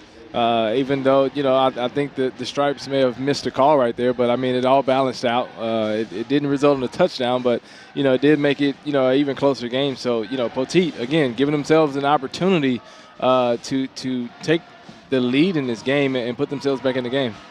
Deep kickoff this time from Poteet, and an opportunity to pin Sock back deep, and they will. Well covered. Great coverage. And I think, honestly, the biggest thing that Poteet did to set this up was their short kicks all night long. Yep. Sock was expecting that, and you see how they had to backtrack all the way to their own 1 and really into their own end zone as Taylor Starling fielded the kickoff, and he had no chance to create any downfield momentum, and it's going to be 1st and 10 Sock at their own 15. Yeah, I mean, as you can see, it's not that you always need a touchdown to cap off a drive. Sometimes, a field goal and 3 points gives you the energy and the spark that you need to just let you remind you that you're in the game. You absolutely have a shot. I mean, it's a lot of football left to be played. So, this could definitely shape up to be a pretty close one. Ball on the deck once again, and now trying to scramble up the middle. Because I believe that's Mikevian Titus. I think they had it in the Wildcat formation, and indeed it is the senior running back. He was out there along with Cam Davis. They will do that from time to time, put both of their stud running backs. And Titus, by the way, has played quarterback in the past for this Sock Golden Bears offense in years gone by. So he's comfortable in that position. Yeah. There made the most out of a little bit of a broken play and picks up 9.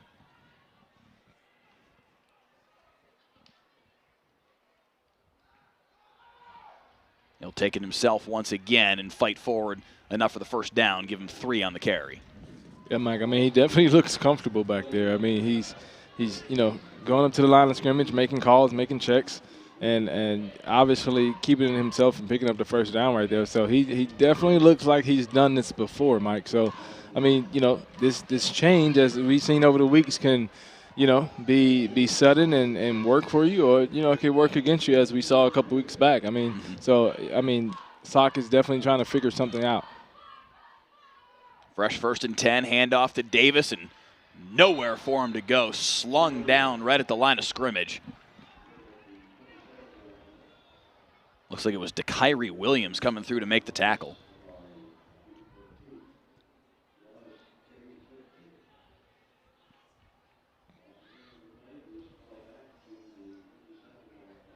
Already under 4 minutes to play in what has been a fairly fast-moving third quarter.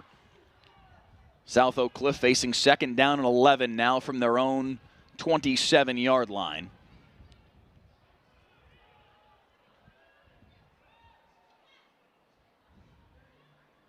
Henry Jennings, the junior, transfer from West Mesquite, back in there, a quarterback, in a 2-back backfield with him. Flush near side, fires right at the sticks. That may be enough for a first down, depending on the spot, as he hits Taylor Starling, and they will indeed move the chains.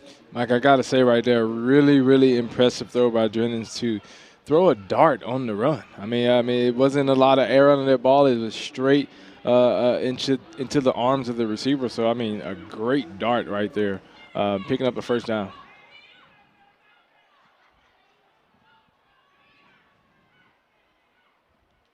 First and 10 at the 40.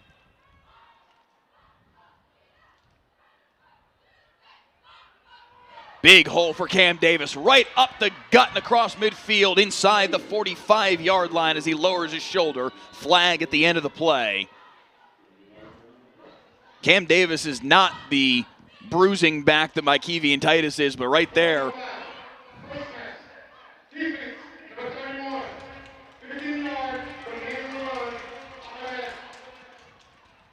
so he lowers his shoulder into the chest of Malik Harrison and then draws the personal foul for a face mask on top of it.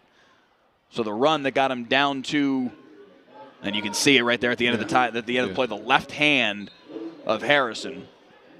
So put the ball all the way down to the 28-yard line for South Oak Cliff, and the Golden Bears are really in business now. Play action over the middle, wide open completion, and another first down for South Oak Cliff. Right there, Mike. I mean, just running a good old play action, getting behind the linebackers. And as we've seen from both offenses, they have found some success in the middle of the field, hitting their tight ends, hitting their slot receivers in this RPO type of offense that, that's being commonly ran nowadays. But, I mean, you got to kind of figure out a way to get off the field if you're the Pirates defense. I mean, to give up a big run and then tack on another, 15 yards on top of that. But now we're talking a 30, 40-yard gain to give, Sock an opportunity to score right here. So you got to find a way to get off the field if you're Poteet. 1st and 10 at the 14. It was Reese on the receiving end on the last one. Now Henry Jennings looking to the air once again. Traffic at his feet, able to evade it, gets it to Titus. Stiff arms his way to the 11.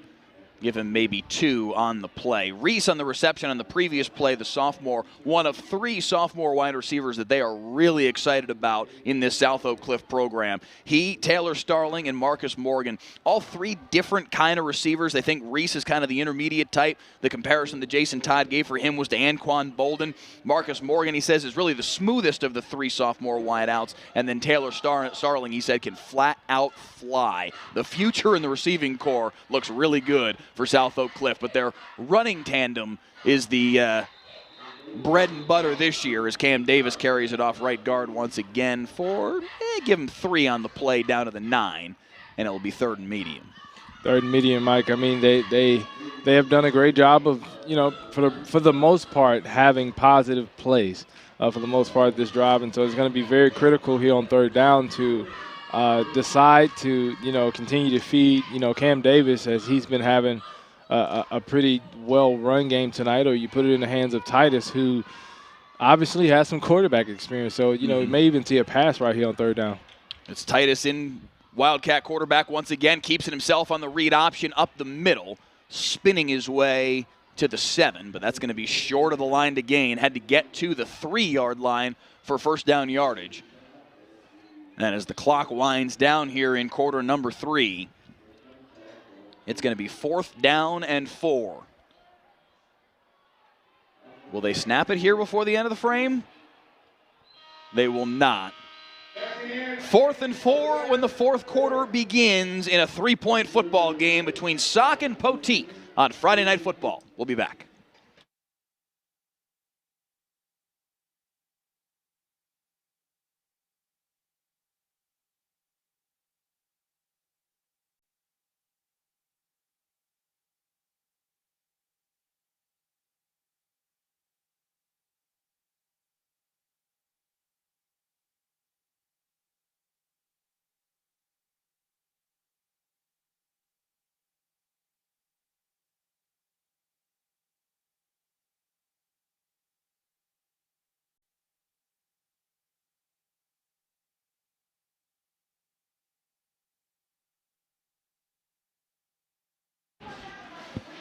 Back on Friday Night Football, give you a look at our upcoming broadcast here on the WFA Digital Network, and it is a dazzling final 4 weeks of the season here on Friday Night Football. DeSoto at Cedar Hill, 2 top 10 teams in the state, and quite possibly, I would argue anyway, the best rivalry in North Texas. 1 week from tonight, right here on Friday Night Football. The week after that, Denton Guyer and Allen, another top 10 matchup in 6A here in the state of Texas. 2 back-to-back fantastic games. The 20th of November, we don't know our broadcast yet because much of the schedule is left undefined as of right now because of zone play. And then the final game of the season, December 4th, Frisco Lone Star and Denton Ryan.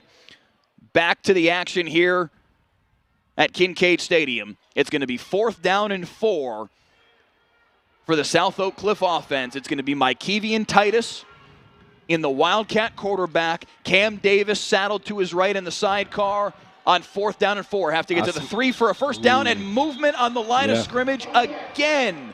Another false start against South Oak Cliff on a key 4th down. I can't believe it, John. Yeah. We've seen that now 3 times tonight. Yeah, absolutely. I mean, it hurts you, Mike. It definitely hurts you when you're I don't know, man. I mean, 4th and 3, 4th and 2, 4th and 1. I mean, you literally can, jump forward and get a first down. But they found multiple ways here to pretty much, stop their own momentum. And it seems like it's all been penalties. So I'm not sure what the communication is, Mike, but they have to find a way to fix it. So a 30-yard field goal for Loya is no good wide to the right. He hooked it just barely to the right.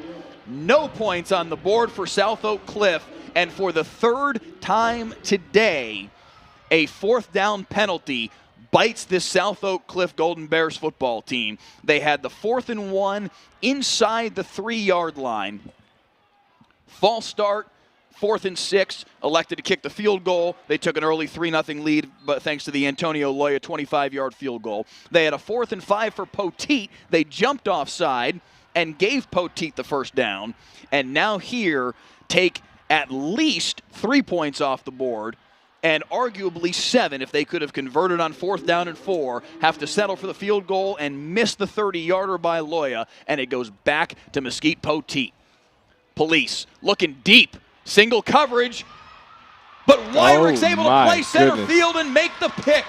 Jimmy Wyrick ranging over from his safety position on an underthrown football and makes his 2nd interception of the day. I mean, Mike, you can't play the position or play the ball better than that. I mean, straight beeline to the ball and literally keeping his eyes focused on that catch until he was able to stand up with an amazing, amazing, amazing job to get the ball right back for your team. I mean, that's why he's committed to Stanford, folks. This kid can flat out play ball.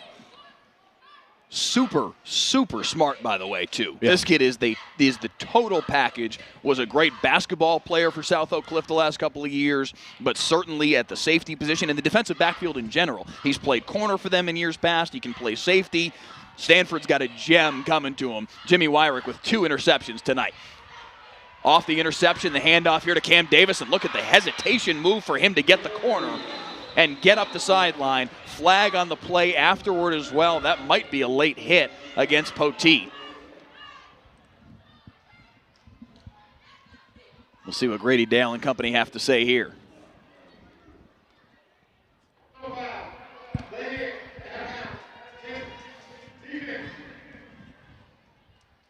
Indeed, that is the call. And that's going to bring the ball inside the 20-yard line. I mean, yes, he hit him late. Yeah. He didn't really hit him. He kind of gave him the slightest little bit of a shove. I'm not sure how I feel about that one, but it sets up South Oak Cliff with fantastic position here. 1st and 10 at the 15 in Poteet territory. Handoff, Davis. Jumping his way forward and pushing the pile inside the 10. Yeah, Mike, I mean, to go back to that penalty right there, I mean, yeah, just a little slight push. I mean, definitely could have maybe done without the call, but those are hidden yardage, people, that really goes unnoticed a lot of times when you have a big run like that from Davis, which, 15-yard gain at the most, and then you tack on another 10 to 15.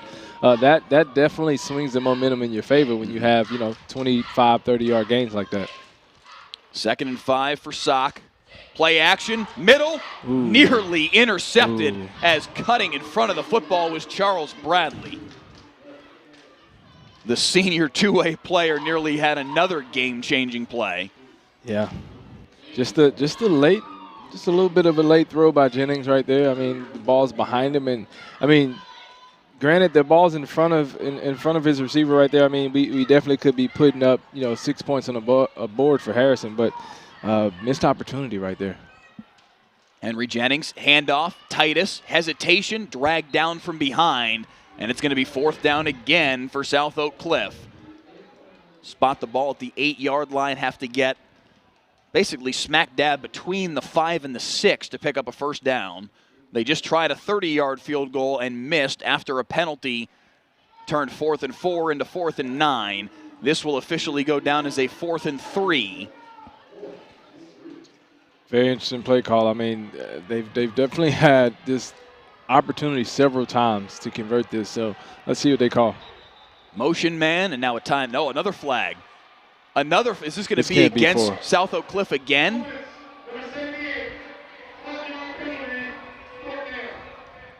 Wow. I can't believe it. That's 4. I mean, That's the kind of thing that will drive Jason Todd out of his mind. without a doubt. Without a doubt, a little deja vu right there. I mean, that's 4 times in a row, Mike. We've seen a 4th and short turn into a 4th and long off of, just a lack of concentration. Whether that's the snap count, whether that's guys actually jumping. I mean, I don't know what it is, Mike, but they have to fix that. That is costing them a lot of points missing off the scoreboard. So now a 31-yard attempt for Loya. And this one is through. 20-14, South Oak Cliff extends their lead back to 6 points. 9:53 on the clock in the fourth quarter. But how different could this game look if South Oak Cliff could avoid those 4th down penalties? Now, there's nothing to say that they necessarily would have converted those 4th downs. Yeah. But if they had, what is right now a 6-point game, a 1-possession game, Poteet could just as easily drive down the football field and take the lead. That is in their sights right now. Yeah. Sock could be up 2 scores right now. Without a doubt. Without a doubt. And like you said, there is no necessary guarantee that they would have picked up those 4th downs. But, I mean, we've seen the weapons on this offense. We've seen that they can do. And so, you could almost assume that they would have picked those up. And, of course, could have been that's a 14-point swing right there that this game could have taken. But, they managed to get 3, which isn't bad. But, I mean, you got to give it up for this Poteet defense. They are playing lights out in this second half, Mike. They have caused multiple turnover on downs, and whether it's been a huge stop on 3rd down or whether it's been a stop on 4th down, they have found a way to slow down this Sock offense. And so I assume that they've, got something going and figured something out. Off the kickoff. Backtracking. And DeMarcus Taylor just having to take what he can and fights back to the 19 rather. And it will be 1st and 10 for Poteet.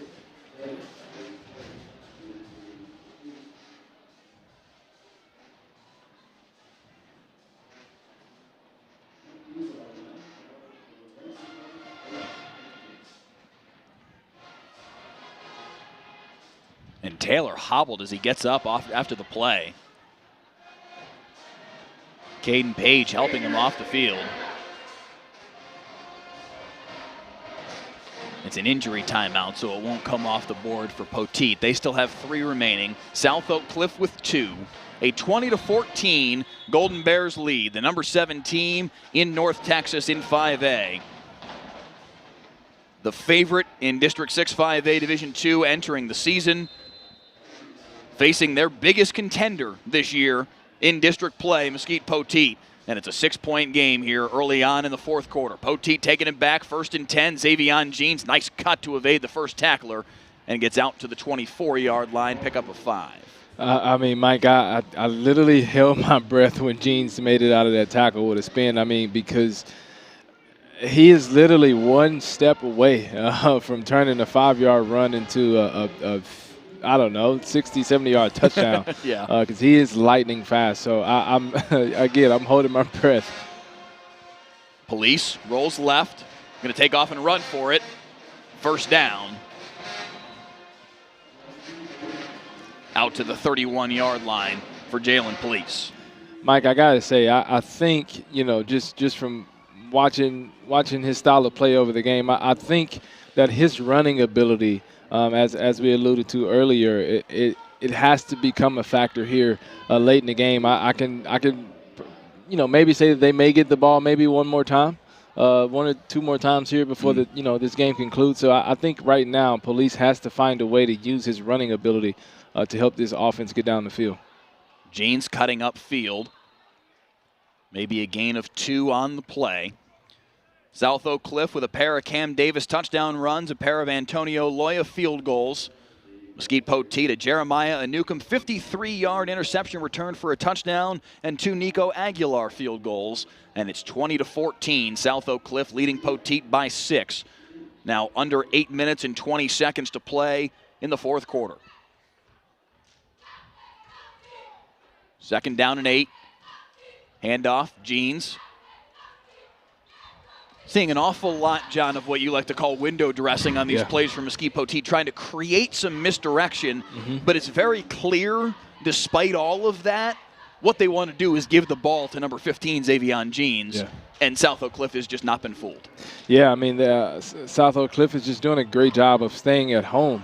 Despite the window dressing, despite the motions, they're standing home, doing a great job of just playing in their positions. And, I mean, you know, we are closing in on the end of this ball game. So, you know, you would imagine that Poteet would like to take some more shots. But, you know, throwing an interception here or there can kind of deter you away from the passing game a little bit. But I would just assume, Mike, that they're going to have to try to take a shot.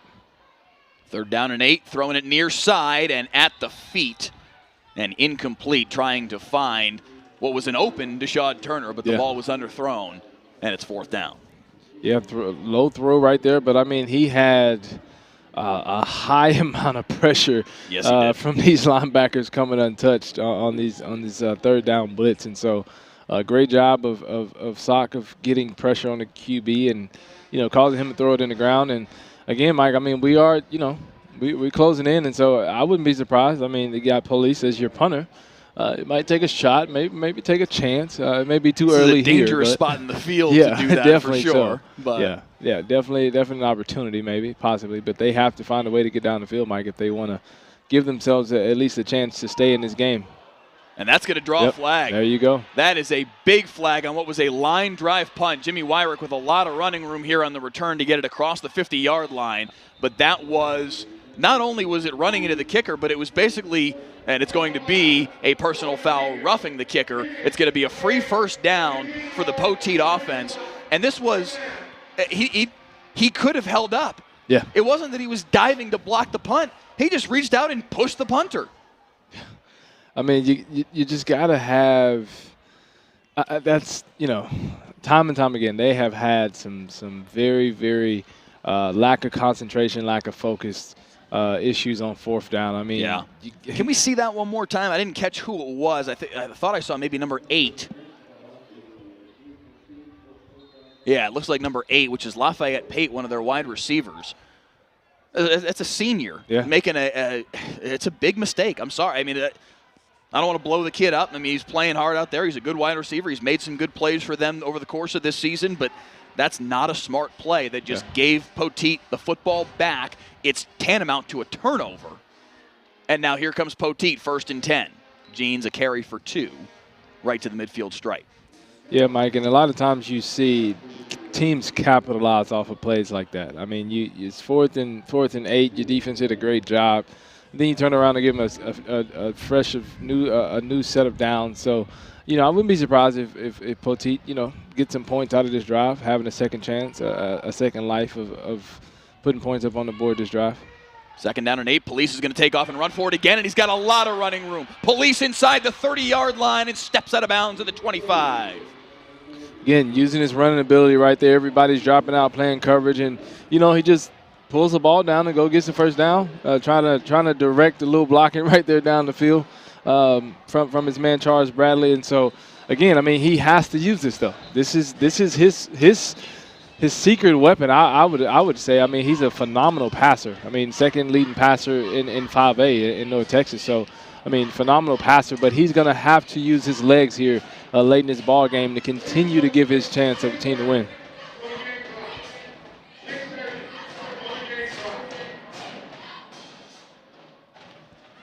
I believe Grady Dale was changing the play clock back to 6 minutes and 30 seconds as you see it jump back.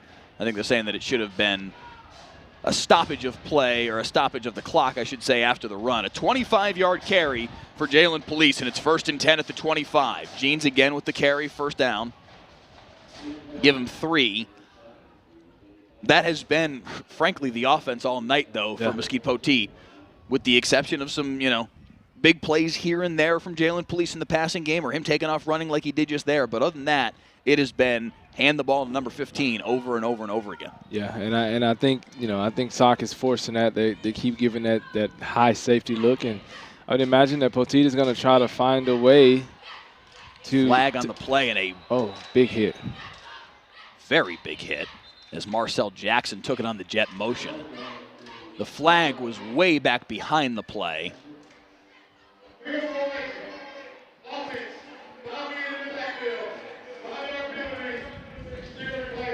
5 men in the Poteet backfield. So run it back, it'll be 2nd down, and it doesn't.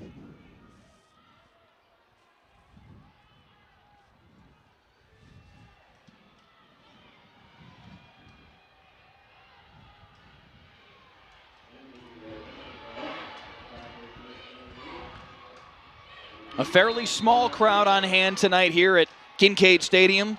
Dallas ISD restricting to 20% capacity as compared to 50% as you see elsewhere around the state. Now another flag here, and that ball's nearly intercepted. Abdul Muhammad had a chance at it, and I think they're going to call an illegal motion here as Kenan Puckett rose up out of his stance and went in motion, and it just looked funky.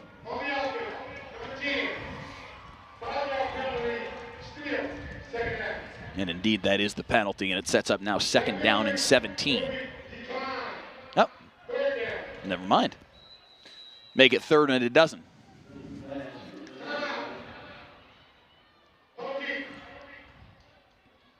.541 on the clock here, 4th quarter. Mesquite Poteet calls their first timeout of the second half. Now both teams with 2 timeouts remaining. Well, we have a moment. Let's take a second to remind you once again our broadcast next week here on Friday Night Football. DeSoto and Cedar Hill, the number 6 team in the state, the DeSoto Eagles. Number 10, Cedar Hill, playing host next week in the Battle of Beltline, the best rivalry in North Texas. 2 teams that are undefeated so far to start the season. We certainly assume they'll still be undefeated after tonight. Both teams had, I don't want to say easy matchups, but games that we certainly expected them to win. I haven't seen score updates for either yet, but what should be an absolutely fantastic football game for what is effectively the zone championship.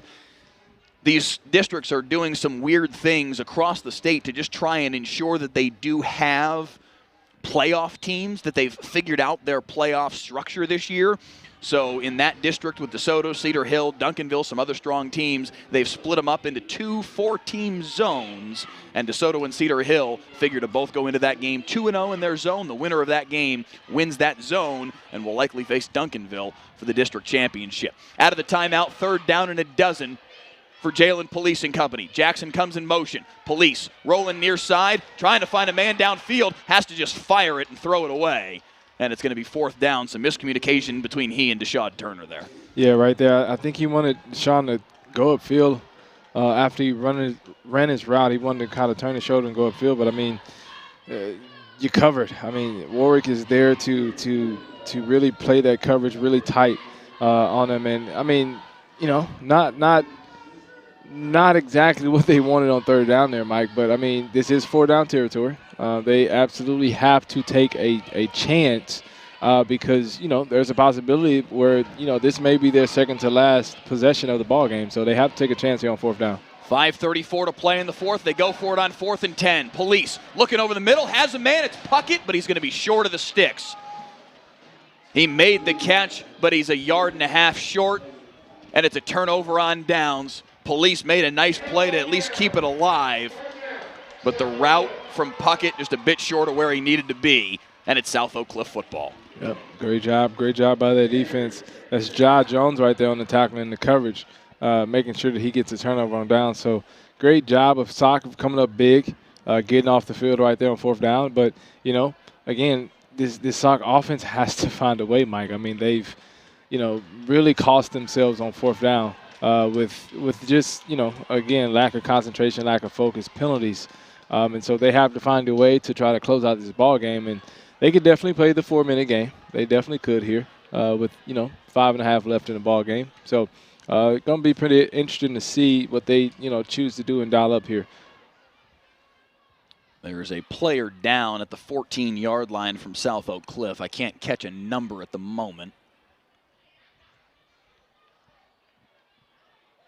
But it will be South Oak Cliff football. 5:25 to play here in the 4th quarter. And this is, frankly, John, what should be anyway their bread and butter time. Yeah. With the 2 running backs that they've got in Titus and Davis, and by the way, they are back up on the field as the South Oak Cliff injured player was Malik Muhammad, the sophomore corner. And he's walking off under his own power, so that's certainly a good sign. But with Mikevian Titus and Cam Davis in the backfield for South Oak Cliff, 4-minute offense time, grind down your opponent, and win the football game. This should be bread and butter time for South Oak Cliff. Yeah, absolutely. I mean, they have the firepower, and even Jennings can, run a little bit, and so they definitely have,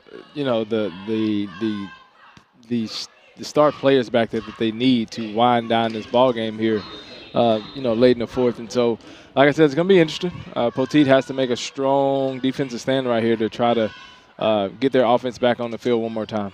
Setting the blitz, and they run right into the teeth of it and past it. Cam Davis stepping through the secondary and picks up 9 on first down. It's almost as Cam saw the blitz and just had a little hesitation step right there and slithered through for a pretty big run on first down. So, again, like we said before, they have the guys to do what they need to do here late in the ball game to seal this win. It's just going to be a matter of, can they stay on schedule? Can they stay ahead of the chains and continue to pick up first downs? Second down and a yard, under 5 minutes to play now here in the fourth quarter. Poteet was still with 2 timeouts remaining. Low snap, but they're able to corral it, and Cam Davis right up the gut. Cam Davis into the secondary. Cam Davis will not be caught. Touchdown, South Oak Cliff. That's the nail in the coffin. Big play waiting to happen. Big play waiting to happen. That's what Coach Jason Todd told us earlier in this week about Cameron Davis. I mean, right there. I mean, just the blink of an eye, Mike. I mean, he's not even touched. From the moment that the ball was handed to him by Jennings, he wasn't touched by not one Poteet player. So, again, big play waiting to happen, and that's how you put the nail in the coffin with your main man, Cameron Davis. Cam Davis with his 3rd touchdown run of the day, and South Oak Cliff opens up a 2-score lead with 4:33 to play. Extra point is good, make it 27-14. And what a night for Cam Davis, the San Diego State commit.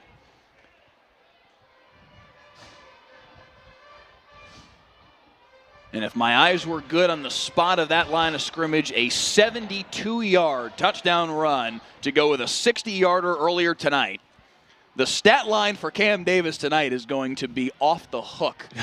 This is a kid who came into this game in their first 3 games of the season, averaging just a hair shy of 14 yards per carry. Wow. I think he increased it tonight. The stats haven't updated yet. I'm going to take your word for it, Mike. I think he has. I definitely think he has. I think I'm going to call him hat trick. That's 2 weeks in a row. He's had 3 touchdowns to help lead his team to victory. I think I'm going to call him hat trick. What impresses me about last week's stat line, he had 3 touchdown runs and 148 yards on 6 carries. Now, again, to be fair, this was 2 weeks ago against Hillcrest. They were off last week. They were on their bye last week. That's a Hillcrest team that is not very strong right now. It's a team that Poteet blew out last week, 58-23. These 2 teams are much more evenly matched, as we've seen tonight. But for Cam Davis to do what he's done tonight against this Poteet defense says an awful lot about the San Diego State commit. I'm pretty sure Cam Davis just went over 200 yards on the night. 214. 16 carries, 214 yards, and 3 touchdowns for Cam Davis. I mean, you can't. What more can you ask for, Mike? What more can you ask for out of your running back, your senior Cameron Davis, San Diego State commit? I mean, this kid is definitely a big play waiting to happen, and his future looks really bright as he, closes out his senior campaign and getting ready to go to Division I next year to play some college ball. So, I mean, the hat trick, Cameron hat trick Davis. I like that one. It got a nice little ring to it. It officially went down as a 73-yard touchdown run as they throw it on the near side for Marcel Jackson.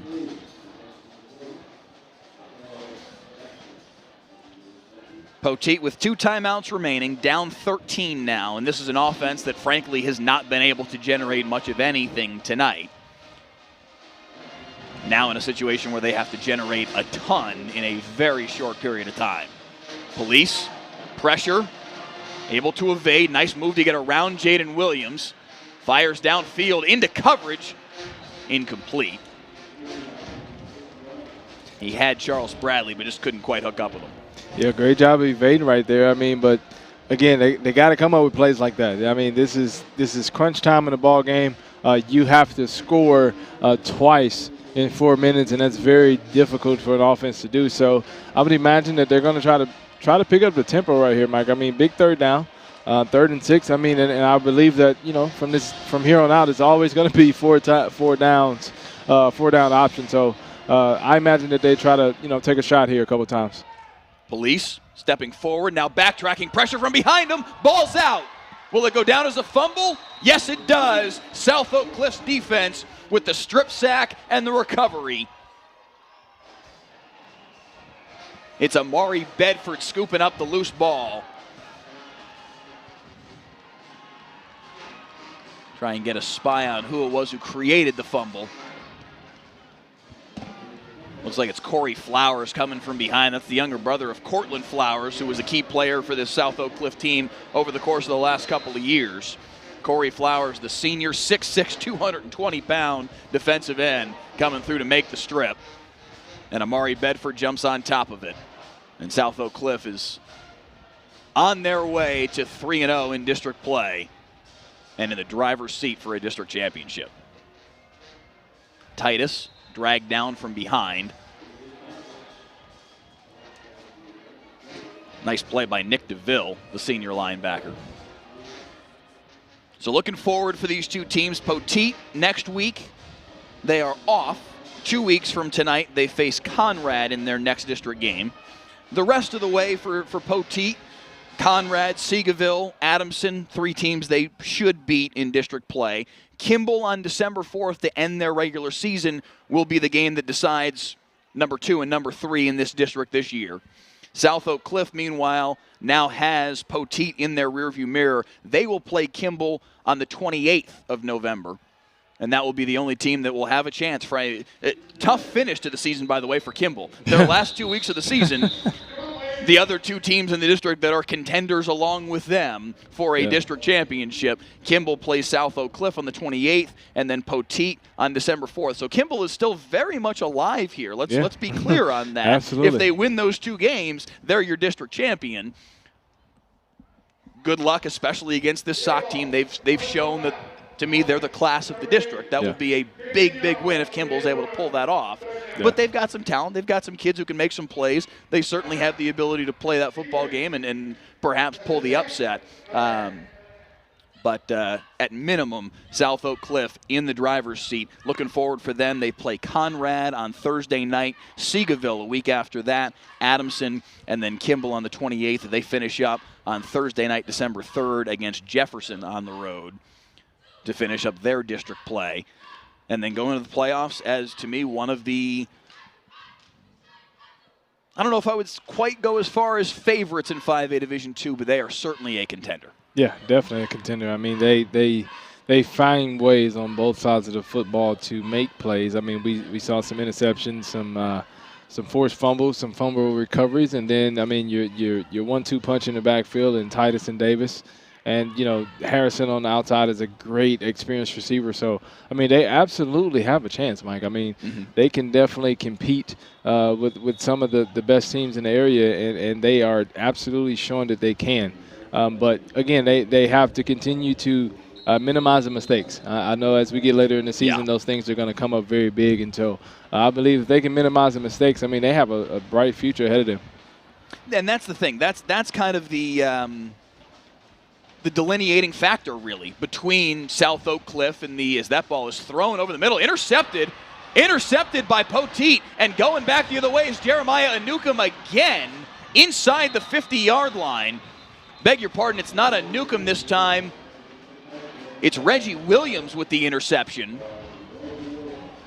2:36 to play. Poteet still needs a miracle, but that was the first step in the process, they certainly hope, as Kevin Henry Jennings, frankly ill-advised, just flung it downfield. Yeah. And waiting to make the interception was Reggie Williams, the senior. I mean, Mike, right there, I mean, as you mentioned, ill-advised throw. It's late in the ball game. I mean, you're up 2 scores.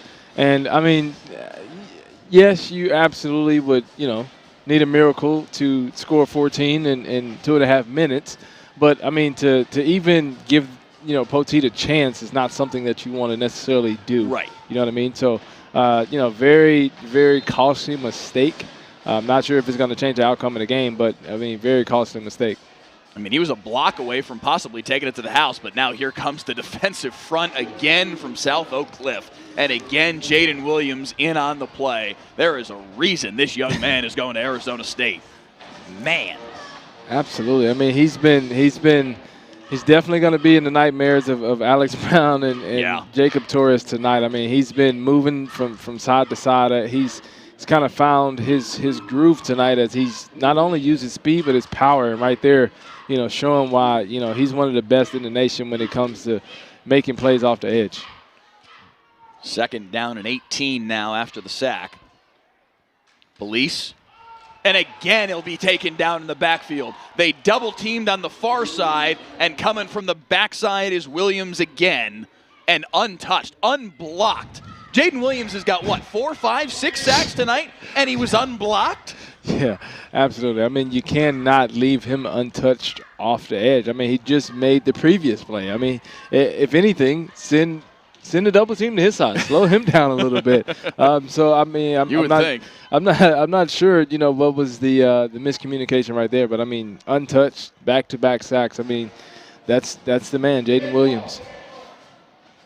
I got to make mention of this because I find this rather intriguing. There's a commenter on our YouTube stream, Chris Pegram, who, at least as far as I'm to understand, at least as far as the list I was given, Chris Pegram is an assistant coach for South Oak Cliff. So I'm wondering, Coach Pegram, if you're still watching, are you sitting in the coach's booth watching? I'm not real sure, but he's making comments and everything. I saw him say earlier that he wanted to see South Oak Cliff score one more time, go in and add to the lead. There was a penalty here, an unsportsmanlike penalty against South Oak Cliff after the play. So it's going to bring the ball all the way up to the 32-yard line. Fresh 1st and 10 here for Poteet. Again, 1:46 to play. Pirates still need a lot of things to fall their way. But I do love that Chris Pegram, maybe it's a different Chris Pegram, but he certainly is talking. I mean, I'm even seeing people reference him as coach. I love it. Hey, Coach, thanks for watching. Appreciate it. Okay, now they're bringing the football back. So are they saying offsetting, perhaps? He's just getting a little exercise. That's all. He just needed a little jog, a little 10, 15 yard jog, get his cardio in. They did at least change the spot. There was a net result to all of that. Move it back to the 39, and it's 1st and 10 here for Poteet. 1:46 to play. Police stepping up, firing deep into double coverage. Too far for everyone. Trying to take a shot. I mean, they absolutely have to. I mean, that's all you can do right now. It's bombs away right now, Mike. I mean, a minute and a half left in this ball game, down 2 scores. I wouldn't be surprised if every play from this point is a shot to the end zone. I mean, they absolutely have to try to get the ball, pick up big chunks of yardage to try to close out this series with a score. Not sure if it'll make a difference, but, again, great job of coverage in that back 7. I mean, a very, very talented back 7 for SOC. Poteet, as you can see on the scoreboard, out of timeout, so they're going to have to do all this as quickly as they possibly can. Xavion Jeans on the screen, cuts up field. Jeans inside the 15, and it'll be 1st down and 10 at the 12-yard line. So Poteet not going quietly here. $1:27 to play. It'll hold there until they can set the sticks. Poteet racing back forward, getting the call from the offensive coordinator, Jonathan Simpson, and they're back at it as they wind the clock. 1:22 and moving. Police with four wides. Play action over the middle. I was going to say, that's got to be it's got to be one. Got to be one. So the pass interference that was rather obvious and indeed drew 2 flags eventually. Both of the flags kind of flew in a little bit late, but very clearly a pass interference.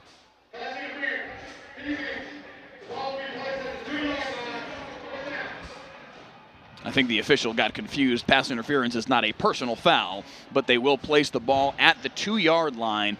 1st and goal for Mesquite Poteet. 1:17 to play, down 13. Again, a lot still needs to go their way, but a lot has gone their way over the course of the last minute or so. Timeout called by South Oak Cliff. They now have 1 remaining. Credit to Poteet. They're keeping this interesting down the final 3 minutes of the football game. Yeah, I mean, they would absolutely have to not only score, but get 2 points to cut the lead a little bit, and as well as I don't think they would need to go for 2 because they're down 13. So a touchdown and an extra point makes it 27-21. Now you're only down 6. Another touchdown and an extra point, you win the football game. Very much true. But the biggest thing they need is an onside kick. Yeah, without absolutely. any timeouts, that's the big barrier between here and a Poteet comeback is the onside kick. But to even be kicking an onside kick, they got to finish this drive first. Absolutely, and I mean they are given chances, so they have to find a way to get in the end zone right here and try to get some points on the board.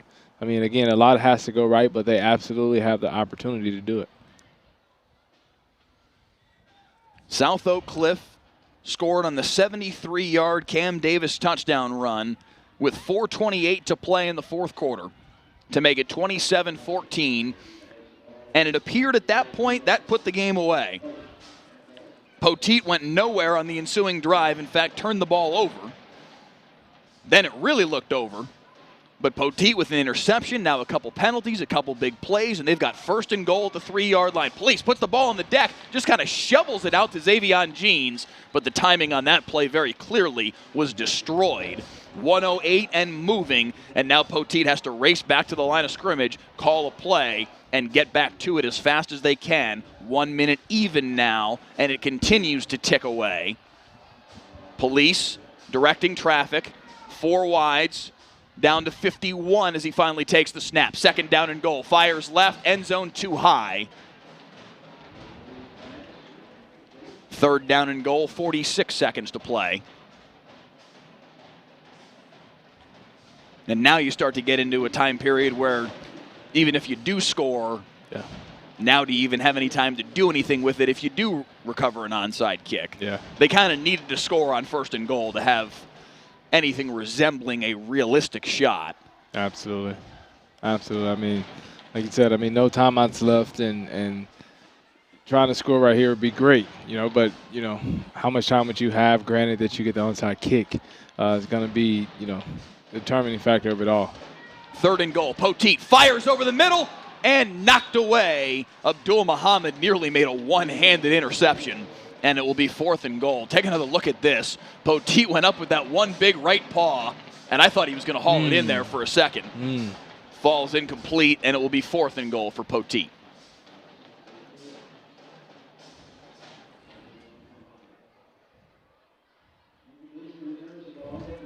One final chance here for Jalen Police and the Pirates.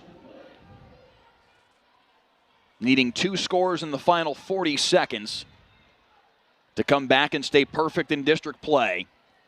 4th and goal from the 9. Motion man is Jackson. Poteet with Police, and he's taken down in the backfield again. A fitting finish to this football game. The South Oak Cliff defensive front getting to Jalen Police and ending it. Yeah, absolutely. Just bringing the house right there and getting to the quarterback. I mean, not even bringing the house, just a lot of penetration from their front 4 and just coming up with another sack. And it's Corey Flowers again. Made a couple big plays here late in this football game. Absolutely. I mean, Corey Flowers is just making plays. I mean, answering when his number is called, forcing a strip sack, and then closing the game with a sack right there. I mean, can't ask for much more. And this team has definitely earned this win here tonight. So South Oak Cliff will move to 3-0 in district play, 3-1 overall. And they will put themselves firmly in the driver's seat to win the district's 6-5A Division II championship here in 2020. The one thing standing in their way, November 28th against Kimball. But the one kneel down And that will do it. South Oak Cliff, 27-14 winners over Mesquite Poteet. And they move to 3-1 on the year. John, a very impressive, albeit at times frustrating win for South Oak Cliff. Like they made some mistakes that I'm sure Jason Todd is going to want to fix. Yeah, without a doubt.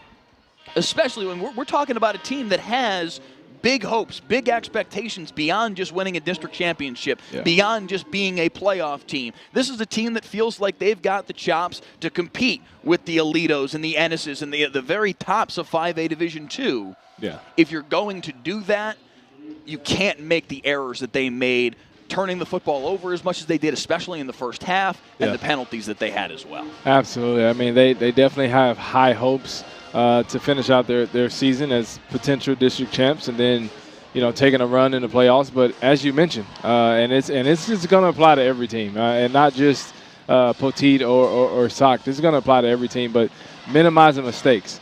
I mean, it was a lot of turnovers here tonight, a lot of penalties on 4th down. So it wasn't the greatest of quality of football, but guys are starting to figure it out. I mean, we're getting later into the season, and games are going to really start mattering here pretty soon. And so, I assume that these teams are going to figure it out, and that they're going to try to minimize these mistakes that they're having.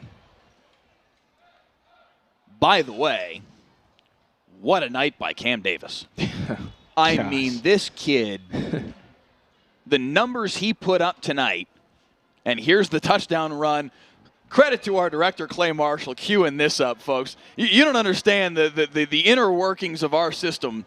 To be able to make that happen, that's a man showing off right there. Big ups to Clay Marshall right there. The 73-yard touchdown run from Cam Davis right on cue to finish this football game off. 16 carries, 214 yards, and 3 touchdowns. What a night for this kid. I mean, lightning in the bottle. Cameron, hat trick Davis. We coming into this week, we knew that he was a big play waiting to happen, and he did not shy away from that tonight. I mean, he definitely had help from his main man, Titus, helping him carry the load. But, I mean, anytime you can have a 200-yard game as a running back, I mean, that says a lot. You got to give all of your offensive linemen a big hug and, treat them to some Whataburgers, some Canes tonight, because they definitely gave him plenty of lanes to run through. So, great job by that young man tonight.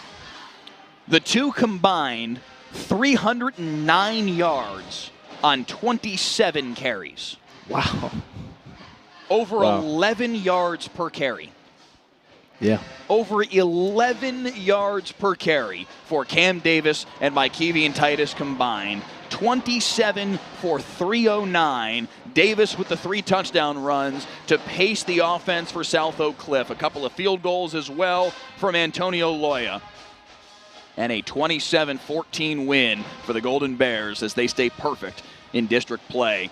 Next week on Friday Night Football, a really good one. DeSoto and Cedar Hill, the Battle of Beltline, 2 undefeated football teams squaring off for what will effectively be the zone championship in that district. Cedar Hill tonight 35-10 winners over Waxahachie. DeSoto 42-0 winners over Mansfield Lake Ridge. DeSoto has looked out of this world to start this season, and they will face a Cedar Hill team that will easily be their best competition so far this season. We saw Cedar Hill a few weeks back up in Aledo win in a very, very tough place to play. The 2 quarterbacks in that game, oh boy, if you like good quarterback play, if you like dual threat quarterback play, tune in next week. Yeah. DeSoto's Samari Collier and Cedar Hill's Caden Salter. These 2 kids can go. Yeah. And they're not alone. These 2, DeSoto's wide receiving core might just be the best in the state. Their defensive line is the best in the state. Yeah. Shamar Turner is exceptional. This game, I think I may have just hyped it up as much as you could possibly hype up a game. I'm telling you, it's worth it. You'll want to join us next week here on Friday Night Football for Cedar Hill and DeSoto. But let's put a bow on this one here from Kincaid Stadium. South Oak Cliff with a 27-14 win over Mesquite Poteet. They are, again, in the driver's seat for sure for a district championship. John, your final thoughts from what was a kind of a weird football game, but still something that both of these teams, frankly, can build on going forward. Yeah, absolutely. I mean, they both can build on tonight. I mean, great fight from both teams, especially Poteet. I mean, coming in, kind of being the underdogs and having to battle a lot of adversity early. But they have, they definitely have some explosive plays where, they had opportunities to, capitalize and try to put themselves in a better position. But, I mean, this Sock offense and defense has absolute studs, Mike, absolute studs. Mm-hmm. I mean, anytime your football team has 10 to 12 different Division I athletes playing on both sides of the ball, I mean you have as good a chance as anybody to win a lot of games and really take your team running pretty deep in the playoffs. So I mean I'm looking forward to Sock closing out their season, capturing the district championship and giving themselves a chance to take it the distance here in the playoffs coming up in a few short weeks. So great job tonight by both teams, and very up and down ball game, but it's definitely kind of shaped up there towards the end. And that's the thing too. It's getting late early here in this high school football season. It's a weird year. Ordinarily, this would be the second to last week of the regular season, and for 4A and on down, it is 5A and 6A. It's still kind of that midway point of the season.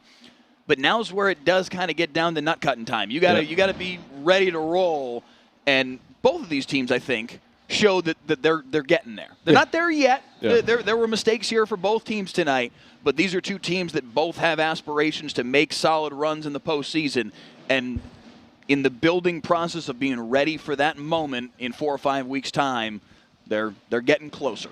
27-14 the win for Sock, though, tonight. The number 7 team in North Texas in 5A stakes a little bit more of their claim why they should be potentially ranked in 5A D2 statewide. They're just on the outskirts, and maybe they'll creep their way in there over the course of the next couple of weeks. Another impressive win for the Golden Bears, and they stay unbeaten in district play. With that, this one is in the books. Our thanks to Coach Rodney McLean and Jason Todd for being so very generous with their time and information about their two teams this week. Also to athletic directors Cody Groves and Sylvia Salinas, as well as Sock athletic coordinator James Mays. Without their help and support, this broadcast is not possible. Also a shout out to the assistant AD here in Dallas ISD, Scott Jackson, for his help as well. Our photographer is Dwayne Watkins. Our director is Clay Marshall. Our digital coordinator is Nick Blackhall. And our technical director is Don Hazen. The executive producer of Friday Night Football is Sean Hamilton. For John Diar's here with me in South Dallas, I'm Mike Leslie. Thanks so much for watching tonight. Join us next week for the Battle of Beltline.